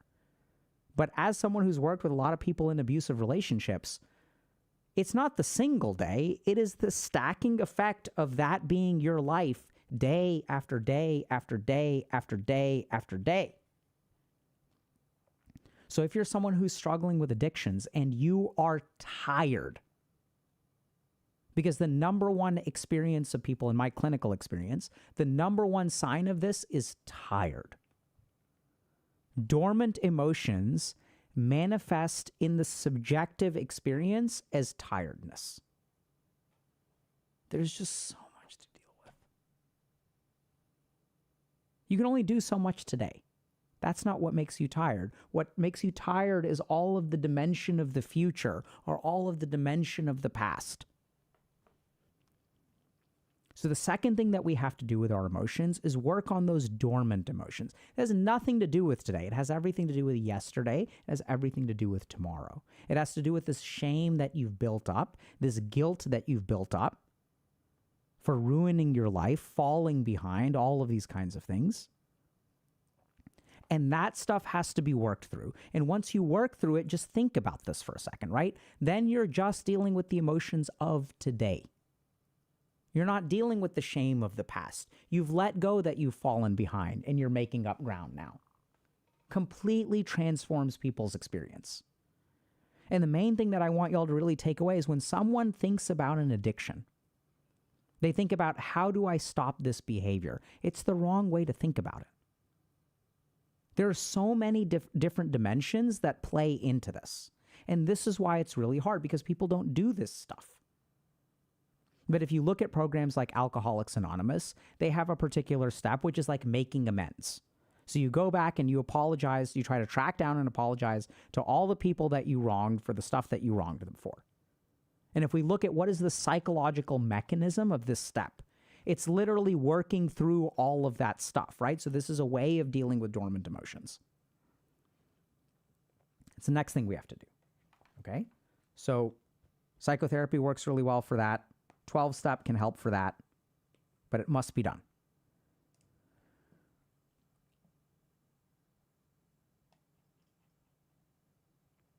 Next thing. Let me just take a look at this, what we have time for. Okay, so we talked about emotions. So now we're going to kind of go in a couple of different directions. Okay, so let's just talk about this next. So this is more like practical, clinical. The next thing that becomes really important is purpose. So if you look at studies on pornography addiction and you do a logistic regression analysis on pornography addiction and risk factors for pornography addiction, which means if you look at what are the risk factors that contribute the most to someone being addicted to pornography, one of the top 2 factors is a sense of meaninglessness in life. So one of the things we absolutely have to do is develop a purpose. So we're going to talk about this for a minute. So we just talked about how all these different circuits of the brain are pushing you towards addiction. How do we defeat all these circuits? Well, it turns out that we have one really good overriding mechanism. So this is the ultimate brain hack. There is one thing that can override all circuits of the brain, and that is purpose. Let's just think about this, right? So when you are a parent and your child is sick and you want to play a video game, you have a reason, you have a purpose to take care of your child, which makes it easy to stop playing the video game. When you are a parent and you have a child who's being attacked by a tiger, normally the tiger would trigger fear and anxiety, but now you have purpose, and so the fear and anxiety get completely overcome, and you step in front of the tiger and protect your child. So we know from studies on things like motivational interviewing and just studies on addiction recovery that you got to have a good reason, a very good reason, a reason that is more powerful than all of the advantages of the addiction. You have to make it worth it, right? So when you recover from an addiction, this is not a good thing. This is a bad thing. The experience of it is negative. You are signing yourself up for suffering, not pleasure. Opioid withdrawal, I've had patients who've gone through opioid withdrawal and had metastatic cancer, and they said the worst part of the cancer was going through the opioid withdrawal. Crazy. Awful. Feels worse than death, apparently. Because death actually, some people say it's very peaceful, but whatever. Don't kill yourselves. So if we think about this, right, so we have to have some reason to tolerate the negativity. And that's where purpose really comes in. So I tell this story a lot about this patient who was addicted to nicotine and cigarettes. I tried to scare them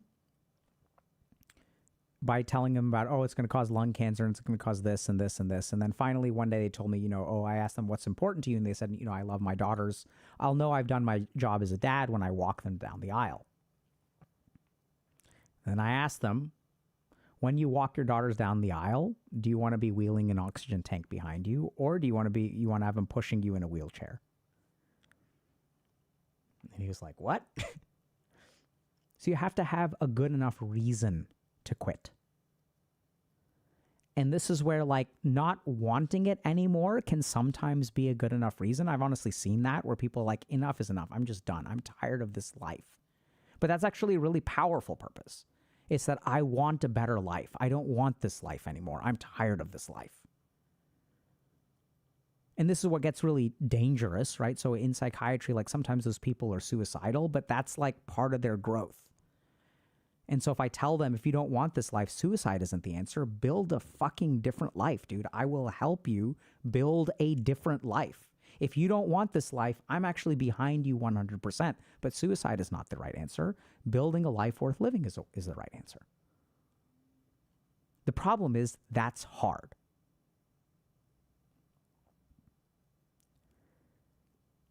And so the stronger your purpose is, the better off you will be.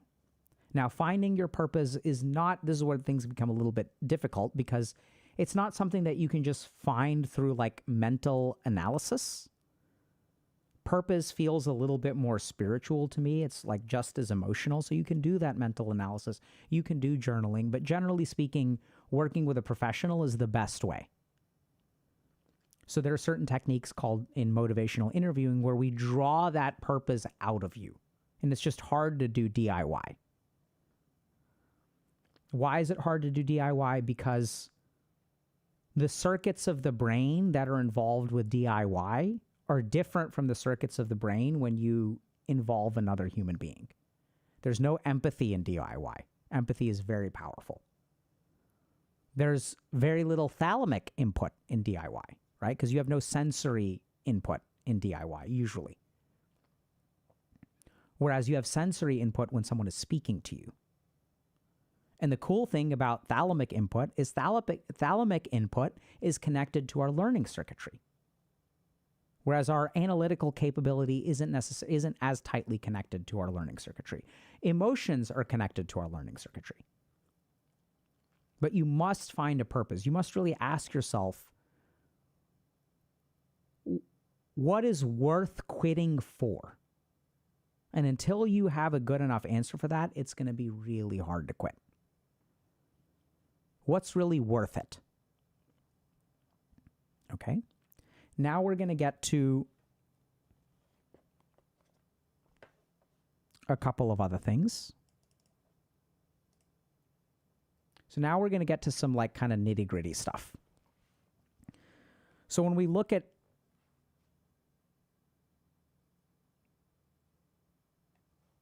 what causes people to trip up. So we're going to cover tripping up and relapsing before we cover a plan for success, okay? So the first thing is that there are emotional risk factors. So remember, we talked about all this emotional stuff, but there are a couple of things. So one is bottling up emotions. So remember, we've got present emotions and we've got dormant emotions. So when you bottle up emotions, you're adding to the dormant emotions, and it just is going to overwhelm you when they activate. Isolation is another emotional risk factors. There are a couple of other things like, so we're going to actually talk about stressors. So halt, hungry, angry, lonely, tired. Sleep and food are huge. So let's understand this. So when we're hungry, it suppresses our frontal lobes. When we're angry, it suppresses our frontal lobes. When we're lonely, it activates our nucleus accumbens, relief-seeking behavior. And this is also, let's say, limbic, right? And this is what's really scary. If we look at tired shuts down the frontal lobes.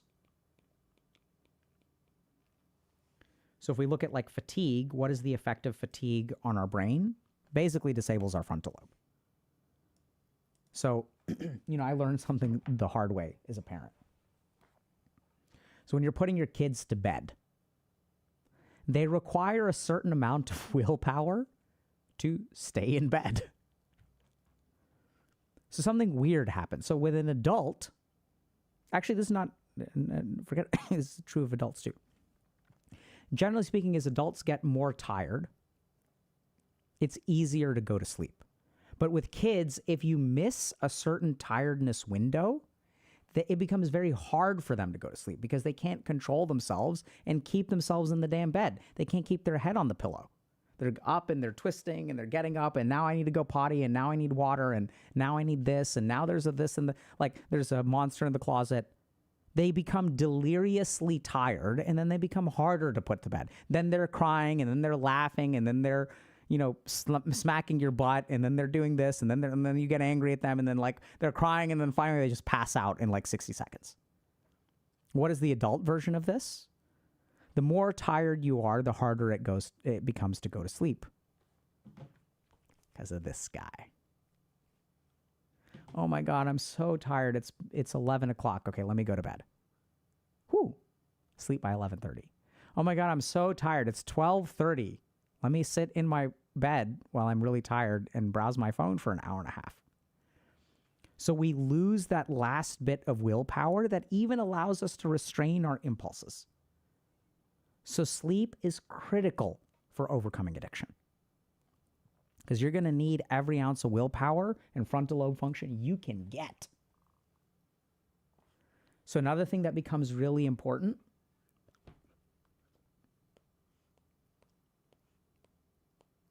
is a daily stress and emotional regimen. Right? You got to manage this stuff on a day-to-day basis.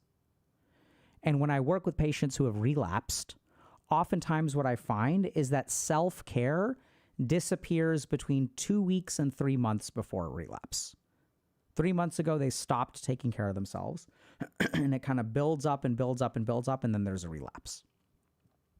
Because it just got to be too much, right? What does that mean? That means you haven't been taking care of it every day of the week.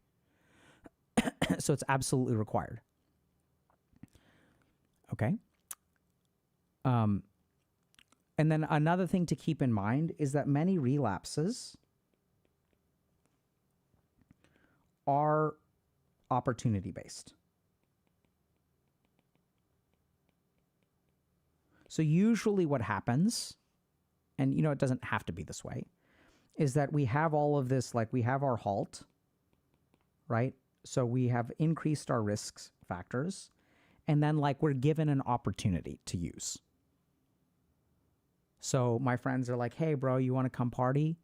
And I've said no for the last 6 times, but today it's been such a long week, man, and I deserve it, and all this kind of stuff. Fuck it, why not, bro? Let's go. That's usually how it happens.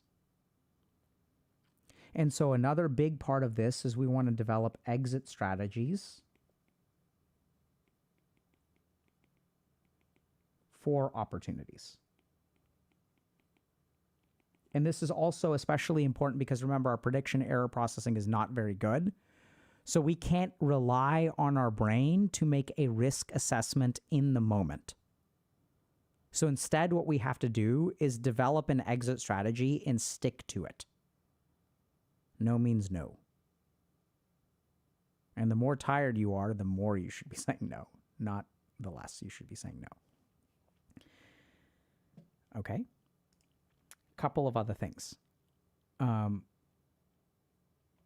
Let's talk about cognitive traps. So there's a lot of thinking, which I would call the addict's brain. And I'm just going to highlight some of these. There's a lot of them. Okay. So, on the surface, we have things like denial, or I would say deal making is another form of denial. Right? So I'll stop when this bad outcome happens. I don't have a problem yet. It's really going to be a problem if I start passing out at parties like this guy does. So if you notice that your mind is deal making, think about that. Are you telling yourself, okay, if I do this kind of work, then I deserve a reward. And if I deserve a reward, then I can use it. So it's not that you don't deserve a reward. It's just that that basic idea of I worked really hard, I get to do something in life, that's fine. The problem is when it has to do with a substance. So here's a really simple test for whether your deal making has been hijacked by your addictive brain. Simple test. So if the reward can consistently be not drugs or whatever you're addicted to, then it's fine. And if the reward that you're always giving yourself, and you're like, oh yeah, so why don't you just reward yourself with like a massage instead of getting high on meth? And if you find yourself arguing against that over and over and over again, then you've got a problem. And you have to be careful because the addict's brain is subtle. It knows you, right? So it'll do is, oh yeah, I don't need meth today. You want me to do a massage? I'll do a massage. But next week, we'll do something else. Oh, we'll see next week. Yeah. Oh, yeah. See, I did it. I can handle it. I controlled it. It's fine. You can use because I'm in control, which brings us to another really common one. The perception of control.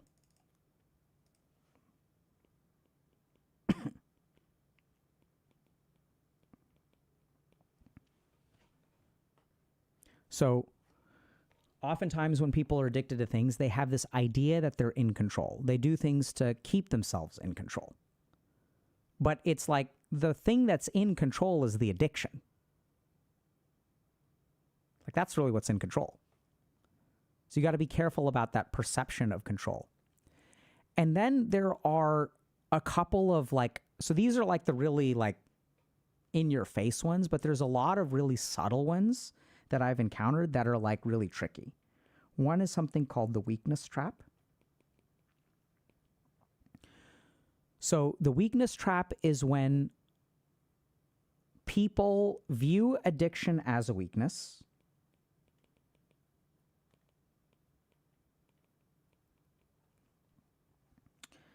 And if I'm an addict,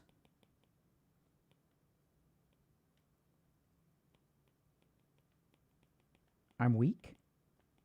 I'm going to just write this out, okay? Maybe you guys can follow. I should be strong. Therefore, I need to conquer my addiction. And if I don't, then I'm weak. Therefore, I am strong or will be strong. So I know this sounds kind of weird because this seems like really positive, but oftentimes people who think this way do not do all of the crap that needs to be done. So overcoming an addiction is not about being strong. It's about putting in lots of hours in stupid shit that you don't want to do. It's about going to meetings, going to therapy, meditating every day. And what these people have is they have this almost like this fantasy of strength, where they don't want to be one of these weak people who has to rely on others, go to therapy. Weak people go to therapy. Like, I don't need any of that. I think, imagine this community will be somewhat different, but, you know, those thoughts can still pop up. You want to conquer it. And so oddly enough, the brain will tell you, you should conquer this. You can conquer this. You don't need to do all this other crap that people are telling you. Be strong, conquer it, and do it without help. Very subtle, very dangerous, very insidious. That desire for strength gets hijacked.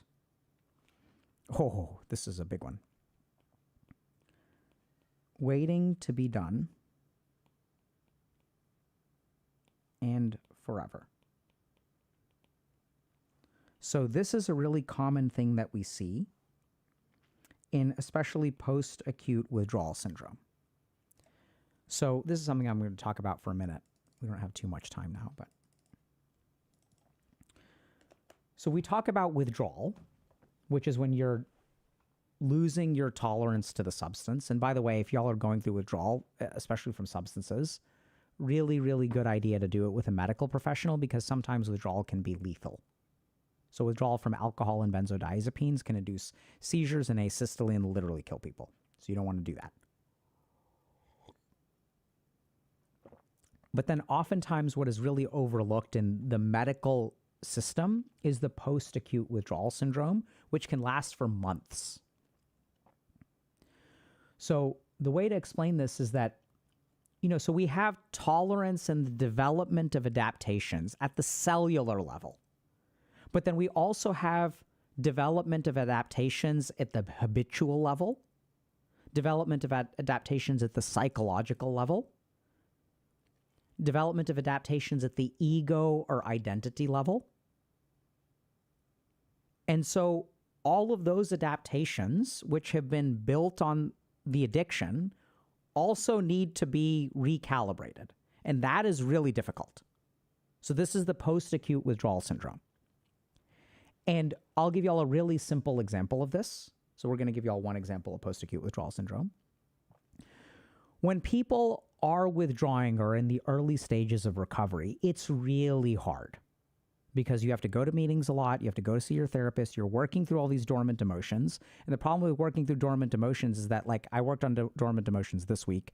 I worked on them the week after. I worked on them the week after. I worked on them for 3 months. There's just more and more and more and more and more of them. My emotional regulation skills are level 3 now instead of level 2. So my life sucks. Everything is hard. Everything sucks. And people think this is what being sober is. They think that this period of time will last forever. That's how it feels. And then they think, I can't do this. This is too hard. There's no way. And this is literally what it's like. And if you guys even pay attention, literally to our subreddit and other places in our community, you will see this thinking in all kinds of posts. Is this what it's supposed to be forever? Is this what life is? So we see this a lot, especially in like a lot of these burnout-oriented tweets and things like that. Is life supposed to be going to work 9 to 5, coming home, doing laundry, doing meal prep, eating, working out, having 30 minutes of recreation time and going to bed? Is that what is the next 40 years of my life like this? No, that's not how it works. Things are hard right now until you adapt, until you build habits, until you sort of get everything sorted out. This is the hardest period, but it doesn't stay like this. So there's a sense of foreverness, which really induces hopelessness because people don't think that they can withstand this forever. But the good news is it's not forever. It's just your brain doesn't experience that. And why not? It's because for weeks at a time, it is this. So the post-acute withdrawal syndrome can last 6 months, maybe even up to a year. And so as the brain calculates that out, it says, I don't have the energy for this. And then it induces some degree of hopelessness.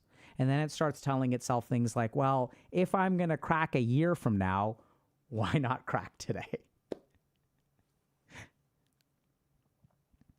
Okay?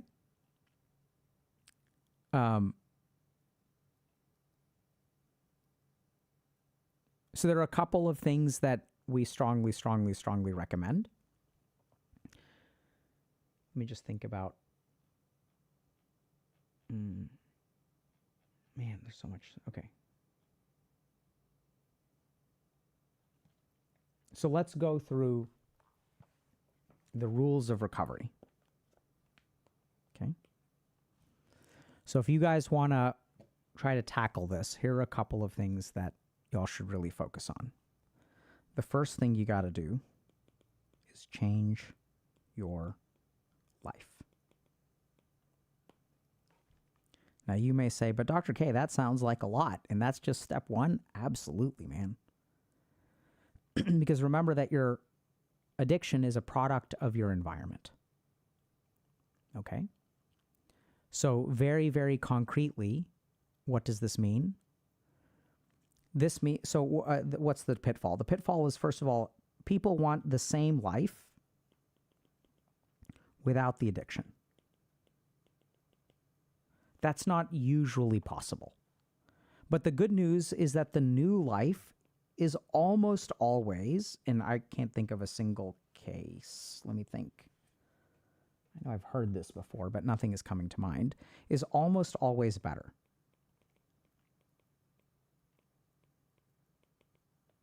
But it's hard to get there. So this means changing your environment, changing your friends, also means changing your cognitive patterns. Right? All this has to change. Changing the way that you deal with emotions. And so it's weird because I work with a lot of people who will say, like, addiction was the best thing that ever happened to me. And people are like, how on earth, like, what do you mean? And what a lot of people will say is, like, if it wasn't for the addiction, it becomes a wake-up call, right? It certainly was for me. Like, I started down this journey because my addiction to video games really screwed up my life, and I really had to change it. I was, like, in a fraternity, going to parties, eating fried rice by the pound, playing video games every day, hanging out with other friends who were pretty degenerate. And over time, like, I had to change all those aspects of my life. But that's not a bad thing. Is it hard? Sure. You get better at it. It goes slowly, but it's good. You should want that. Rule 2. Complete honesty. And by the way, I didn't come up with these. These are things that I've learned. Beautiful wisdom. So there's a great saying in addiction recovery, which is, you are as sick as your secrets. Love this. So true. Really important for things like trauma healing as well, because that's usually a secret. So we talk about this some in, like, Dr. K's guide. We talk about satya and truthfulness, and there's YouTube videos and stuff. So addiction fundamentally requires lying. I've never seen an honest addict. Let me think. Can't think of one. Maybe I have. So usually on the surface, you lie to other people, right? You don't quite tell your family how much you're spending on crypto. When people ask you, what'd you do today? You don't say, I watched pornography for an hour and a half. Right? And when people ask you, oh, like, how much did you have to drink? You downplay it. I had a couple of drinks, maybe a few. So as long as you lie, addiction has fertile soil to grow. And then the next thing is that, like, if you lie to other people, the only way you can sustainably do that is by lying to yourself. Right? So then you do little things, like you stop paying attention. Intentionally stop paying attention to how many drinks you have. The easiest way to not get caught in a lie is to be in denial.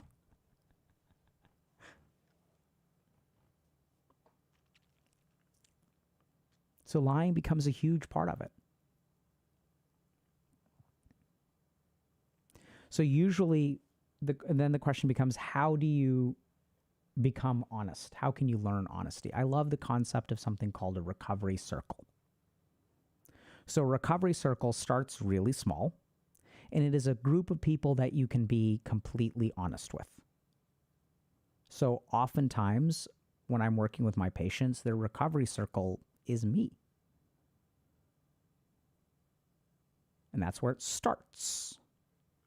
And then over time, you expand your recovery circle. You learn how to be honest. You're honest with one person. It feels good to have one person in your life that you don't have to lie to. Feels relieving. It's so scary, but it feels amazing. And, we say here in chat, I feel personally attacked. What does that mean? When y'all feel personally attacked, you feel seen, right? I see what you are, and that's good. It feels good. It hurts. It's scary, but it feels good. And this is where peer support, I think, is really phenomenal. We have things like Alcoholics Anonymous, where it's like everyone else is an alcoholic, so like I can be honest, and they know, they understand what it's like. And then usually this expands outward, right? So you start with like one person, you start with maybe a sponsor.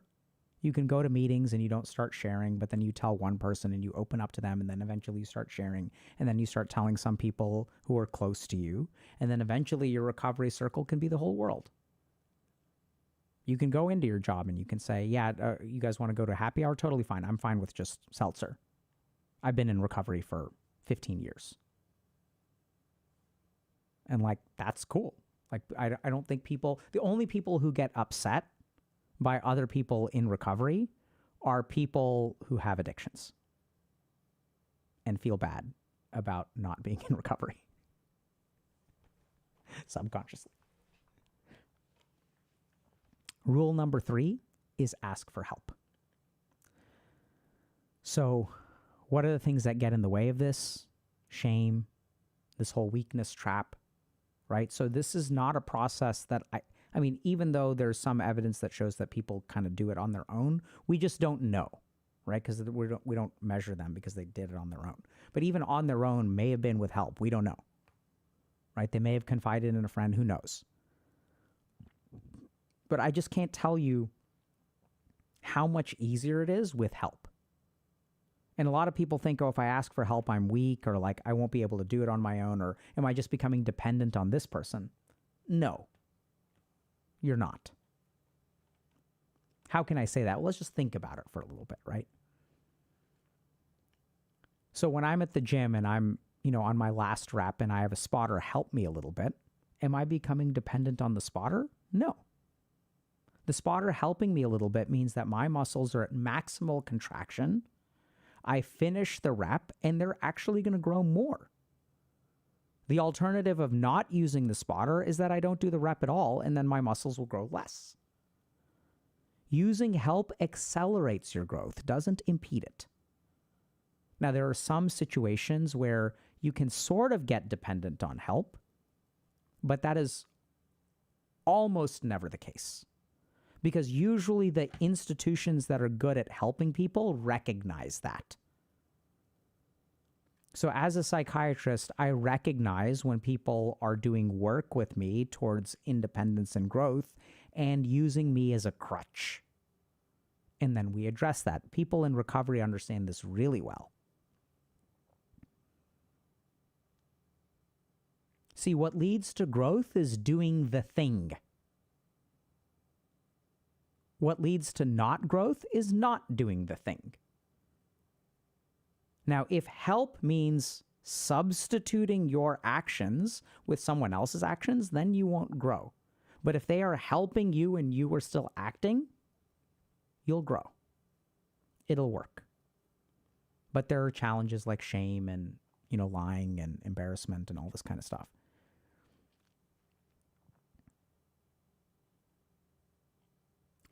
Rule number 4 is practice self-care. So I want you all to understand this, right? So addiction is environment plus you. And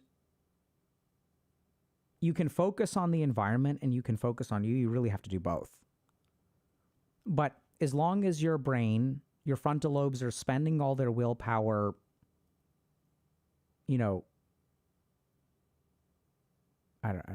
let me do that one differently. So if you're not sleeping every day and you don't have enough willpower to resist the addiction, that's going to be a problem. If you don't eat properly, then your brain is going to be using a lot of energy to suppress those hunger signals. And then you won't have much energy left over to resist your addiction. If you are living in a situation that is toxic, if you have friends who are not really friends of yours, if you are in an abusive relationship, all of those things will add negative emotional energy and will drain your willpower. It'll be way harder to resist. So you must take care of yourself. Addiction is very hard to beat in general, so you might as well optimize yourself if you want to increase your chances of success. And so a big part of what I teach is self-care. Go to yoga, go to meditation, do that stuff. Take care of your diet. Because it's going to be hard enough, even without all that stuff. Give yourself every chance of success. Last rule, most important rule, is don't bend the rules.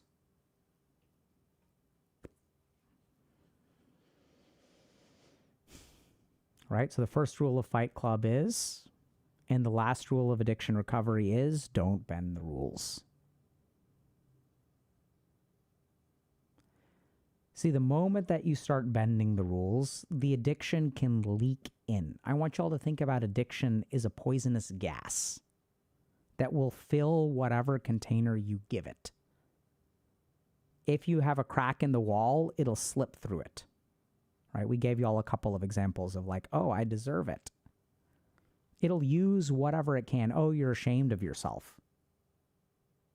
You're pathetic. You might as well use. You're not worth it. You deserve to destroy your life. You feel weak. You want to be strong. Oh, yeah, don't get help. Be strong. You want to be strong? That's great. Let's go with that plan. Just do it all yourself.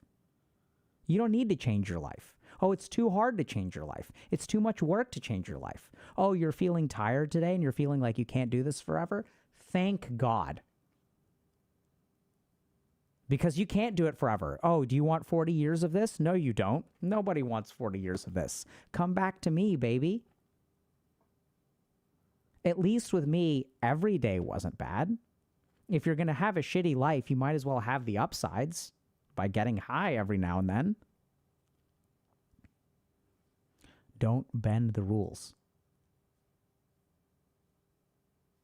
And recognize that as long as you stick with that, the thalamus and the nucleus accumbens and the amygdala and the limbic system have nowhere to run. They have nowhere to act. If a rule is a rule and it is impervious, then you become impervious. No means no. I've been sober for a year. I deserve it. No means no. Sure, I deserve it, but I'm not going to do that. And if you focus on building the rule, if you focus on not bending the rules, that'll strengthen your frontal lobes. And it helps align your frontal lobes.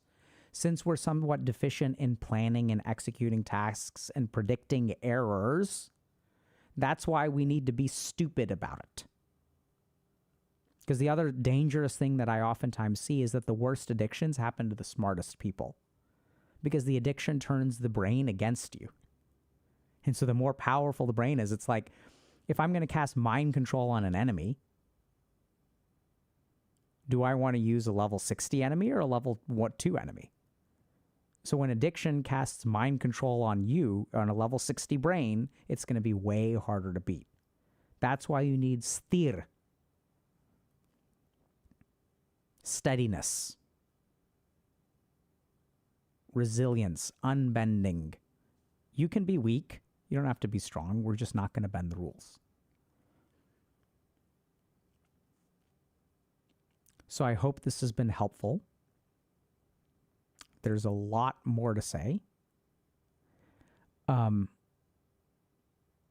much more to say. Like, I can't reduce a decade of work into 2 hours.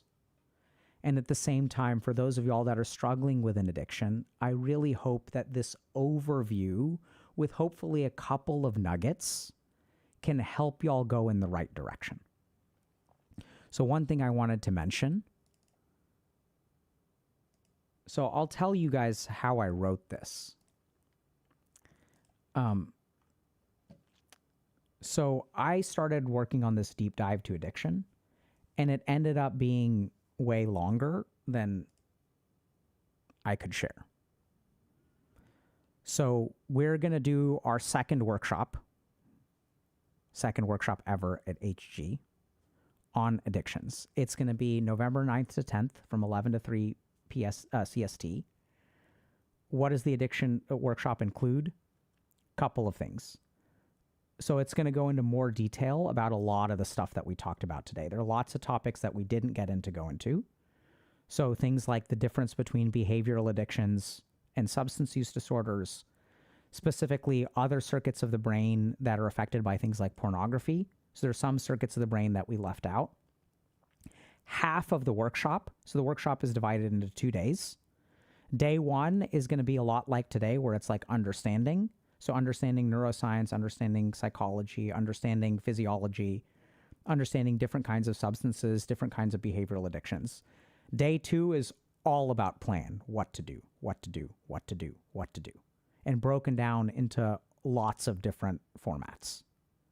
So things like the rules for addiction, but also like a 12-step plan, which is not regular 12-step. It's like breaking down all of the things that we talked about into a more actionable plan. So what does environmental change mean? What does working on dormant emotions mean? How do you emotionally regulate? All that stuff. A couple of things about it. So this is a one-time thing. It's being done live and spots are limited. There are a couple of things. The price tag is high. Our last price, it's the same as our last workshop. So a couple of just quick heads up about this stuff. So our last workshop filled up in about 24 hours. 9 out of 10 people at the end of the workshop said, I'm ready to sign up for your next one. I don't even care what it is. So it was an incredibly positive experience for most of the people. It's different because it's live. So it's like there's time for Q&A and all that kind of stuff, but it's really just a different kind of experience. Now, y'all may be wondering, why didn't we repeat it, or why don't we hold more, or things like that? And that's because it's awesome, but it also is limited in terms of its AOE. So last time what we did, and one of the other reasons that the price tag is what it is that it funds us. So we offer guides to mental health that are actually like more in terms of hours and cost like $30. And so part of the good news is that these workshops, they really fuel what we do. It's a different kind of experience. And, sometimes, we've wondered, people keep on asking, hey, can we do an on-demand version and things like that? We always consider that, right? Because there's like, if it's such a great experience, should we make it more available to people and things like that? But part of what makes the experience is that it's live, right? So y'all should show up and be prepared to take notes, because we're going to go through it once. And I think that changes the energy of the workshop is just different. There's a certain luxury to being able to, okay, Dr. K, I have to go do something else, and so I'm going to leave. But people show up, they're there to do the work. We're going to do the work. I've worked really hard at it.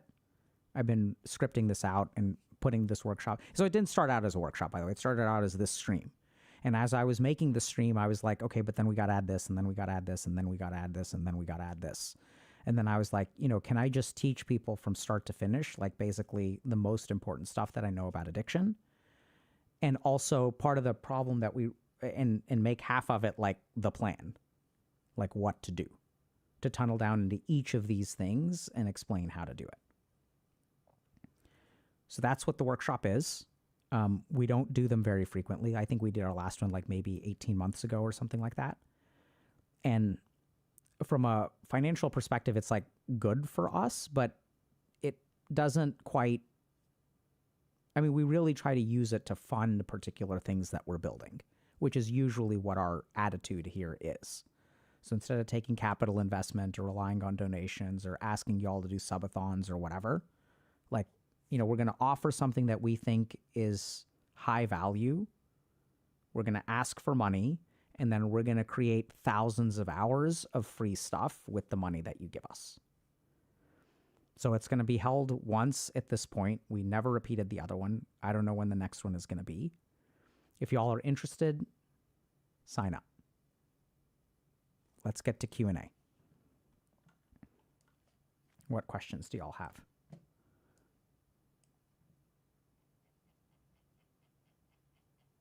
I'm working on 2 books. Someone asked about, will I ever write books?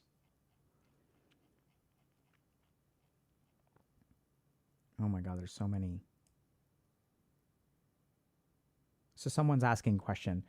How did you game later without it becoming addicting again? Great question. So let's understand a couple of things. So remember that an addiction requires giving pleasure and taking away pain. An addiction requires activation of all kinds of neurocircuitry. The short answer is I dealt with my dormant emotions. I found a purpose in life. So right now, I could be playing a video game. Why am I not playing a video game? Because this is more important to me. So I stopped using games as a source of emotional regulation. When I feel bad about something, I go for a walk. I started engaging in a lot of self-care, started meditating a lot, right? So this is what I mean. Everyone thinks about addiction as, I have this thing that I can't control and I lose the willpower battle against this thing. But you can dismantle that addiction like one table leg at a time, and it'll just tip over and fall. Especially with the behavioral addictions. Substance use addictions with strong genetic predispositions may require abstinence. But it just became a source of pleasure and recreation, nothing else. And when that's what it is, then it becomes healthy. So I think sex and love addiction is another good example of this, right? So a lot of people who get addicted to sex will use it as a substitute for self-worth. They use it as their source of feeling accepted by another human being. And once those things go away, you can have sex in a healthy way. You can fall in love in a healthy way.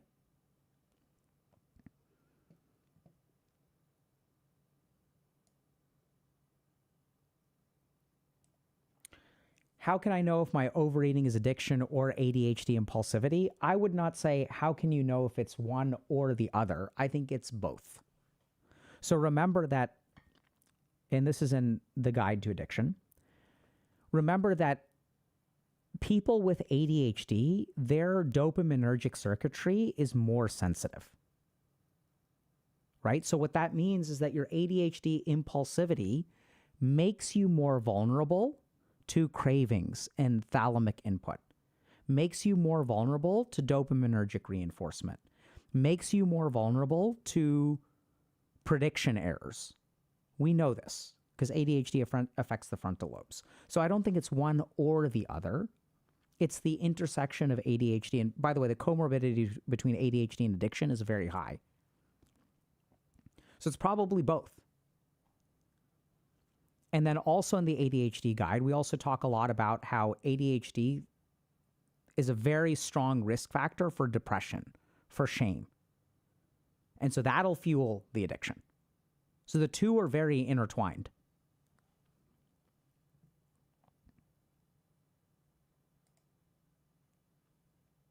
Okay, let me see.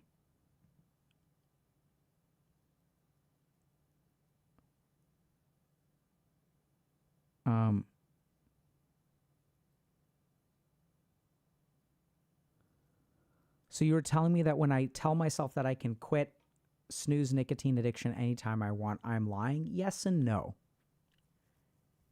So I don't know if you can quit an addiction anytime you want, but my point is that quitting an addiction is not a binary decision. So this is, hopefully y'all have taken this away.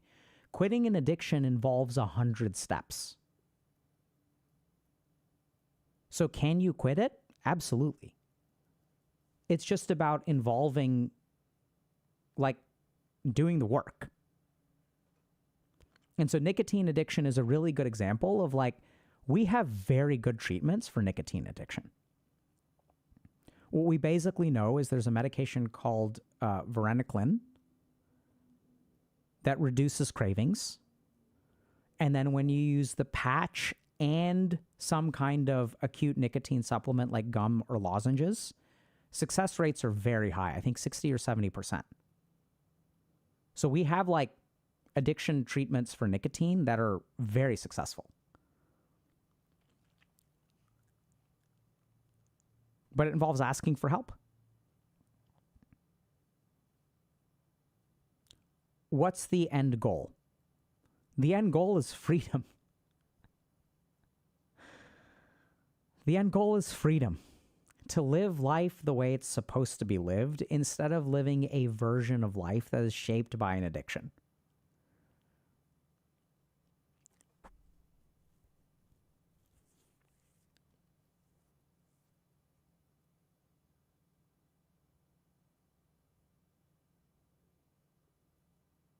Should you quit it right now? Why not?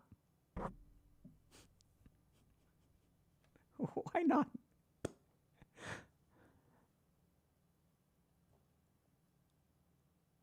How about quitting smoking cold turkey way? So let's understand this. So cold turkey is effective. The thing is, what determines whether someone who tries to quit cold turkey, it works or doesn't work? Right? So a lot of people try cold turkey. Some people it works and some people it doesn't. And when we say, well, some people have the willpower, this is exactly my point, is that having the willpower is a modifiable aspect of your life. Are you sleeping and eating? Are you meditating every day? Are you managing your emotions? So oftentimes when I'm working with people who are trying to quit cold turkey, we'll do a lot of work before the quit date. Biggest mistake that a lot of people make when they're trying to quit cold turkey, is that they try to quit cold turkey now. So it's kind of like, going on a road trip is a fantastic idea, but, like, you don't need to drop everything you're doing and just go on the road trip now. Like, you can do that. But if you plan for a couple of weeks, if you start meditating now, if you start working with a therapist, if you start getting meal prep in order, if you start doing all that kind of stuff, if you plan out your days, then it becomes way easier. So you can quit cold turkey, but do it when you're ready. Or at least not when you're ready, because you'll never be ready. But pick a date and then prepare for that as much as possible.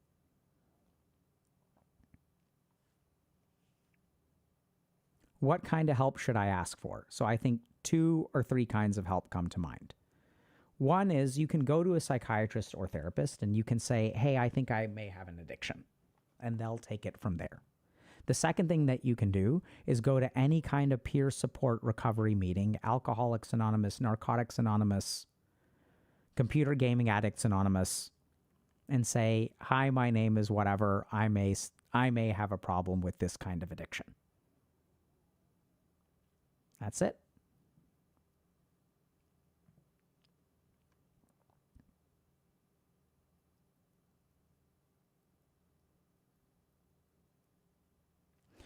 Yeah, so someone's saying I'm having a hard time finding 12-step groups in my country. So I know that there are some virtual 12-step groups, but that's challenging. I think it's like I don't have a clear answer beyond try to find something that's maybe virtual and outside of your country. The other, actually, here's a answer. So, 12-step groups can be started by you. So if you're looking for a 12-step group, there's a decent chance that other people are too. And some groups like Refuge Recovery or Alcoholics Anonymous will have some kind of chapter support. I don't quite know how that works because I've never really worked on that level, but people will oftentimes start one.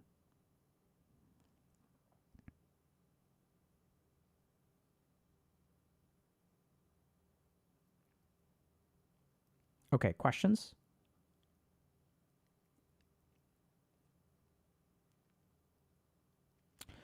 What about withdrawal from benzos? So benzos are very, very hard to kick, very similar to alcohol. They can also be life-threatening. So you should really work with a provider, like a medical professional, to detox off of benzos. Why is it so difficult to be dependent on them? I don't know. So it depends on the benzo. So the pharmacokinetics and dynamics of different benzodiazepines work in different ways.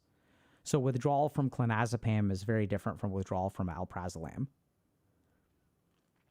But the short answer is, why is it so hard? Because I think they work really well. And that makes it hard.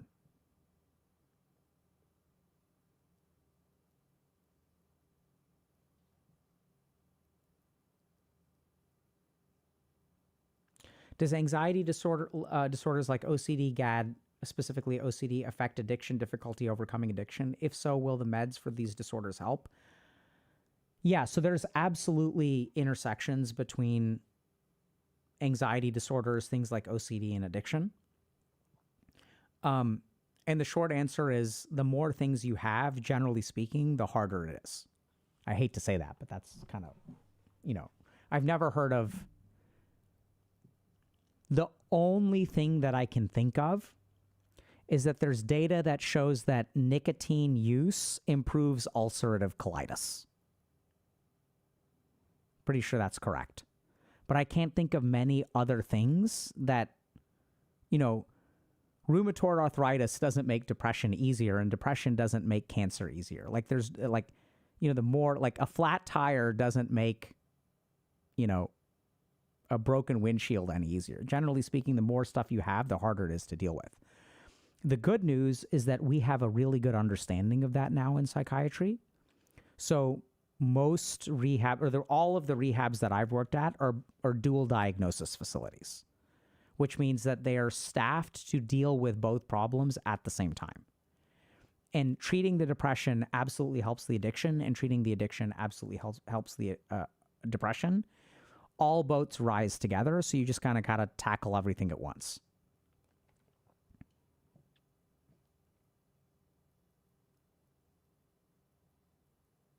Is a fidget like fidgeting with twirling hair related to addiction? Yes and no. So those are probably a little bit closer to things like tic disorders.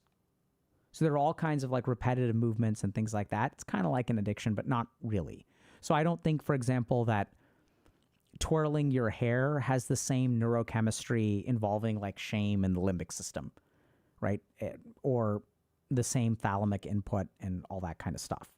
So I think it's a little bit different. Probably closer to tic disorders in terms of how it works in the brain and the body. Okay, time for one more question.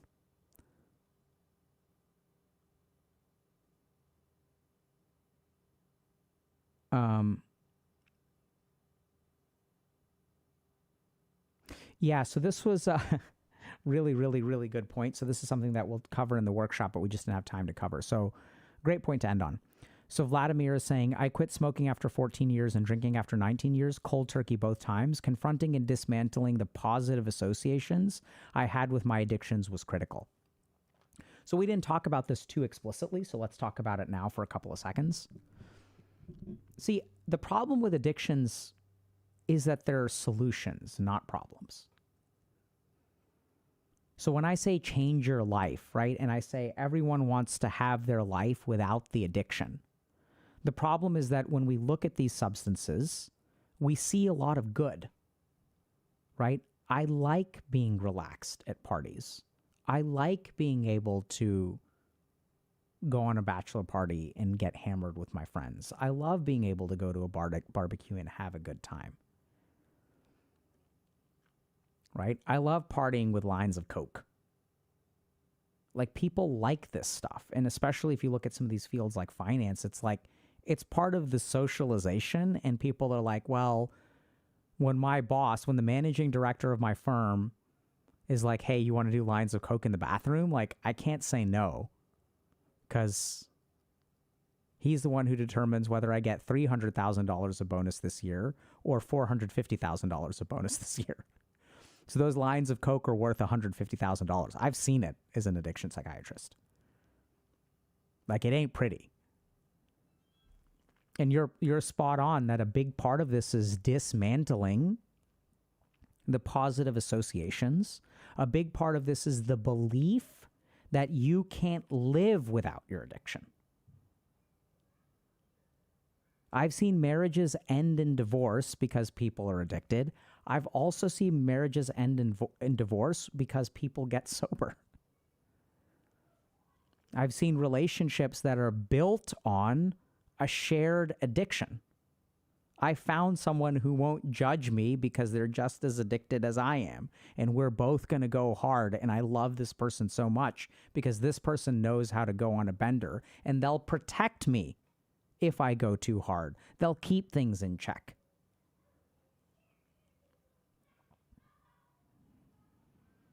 So there are a ton of positive associations which are very hard to deal with. And those absolutely need to be dismantled. Really great point. Thank you all very much for coming today. If y'all are interested, sign up for the workshop. And then, most important thing, though, is that if y'all are struggling with something, look at it a little bit critically. Really try to understand what's going on. Ask for help. And know that you can live without it. That the life that you build without it is probably going to be better. It's going to be missing certain things. And even as someone who's a degenerate gamer addict, who's gaming in recovery, I miss some of the stuff too. Like, going hard in gaming is its own special pleasure. There's its own special pleasure of real just debauchery. Right? When some expansion drops and like, I'm going to stay up, I'm going to skip all my classes for a week, and I'm going to grind to 60. There's something that's fun about that. I gave that up. And I think the challenge with addiction is that you are giving things up. I think the good news is that you only have to give them up for a while, and then you really don't want them anymore. You really start to appreciate what you have.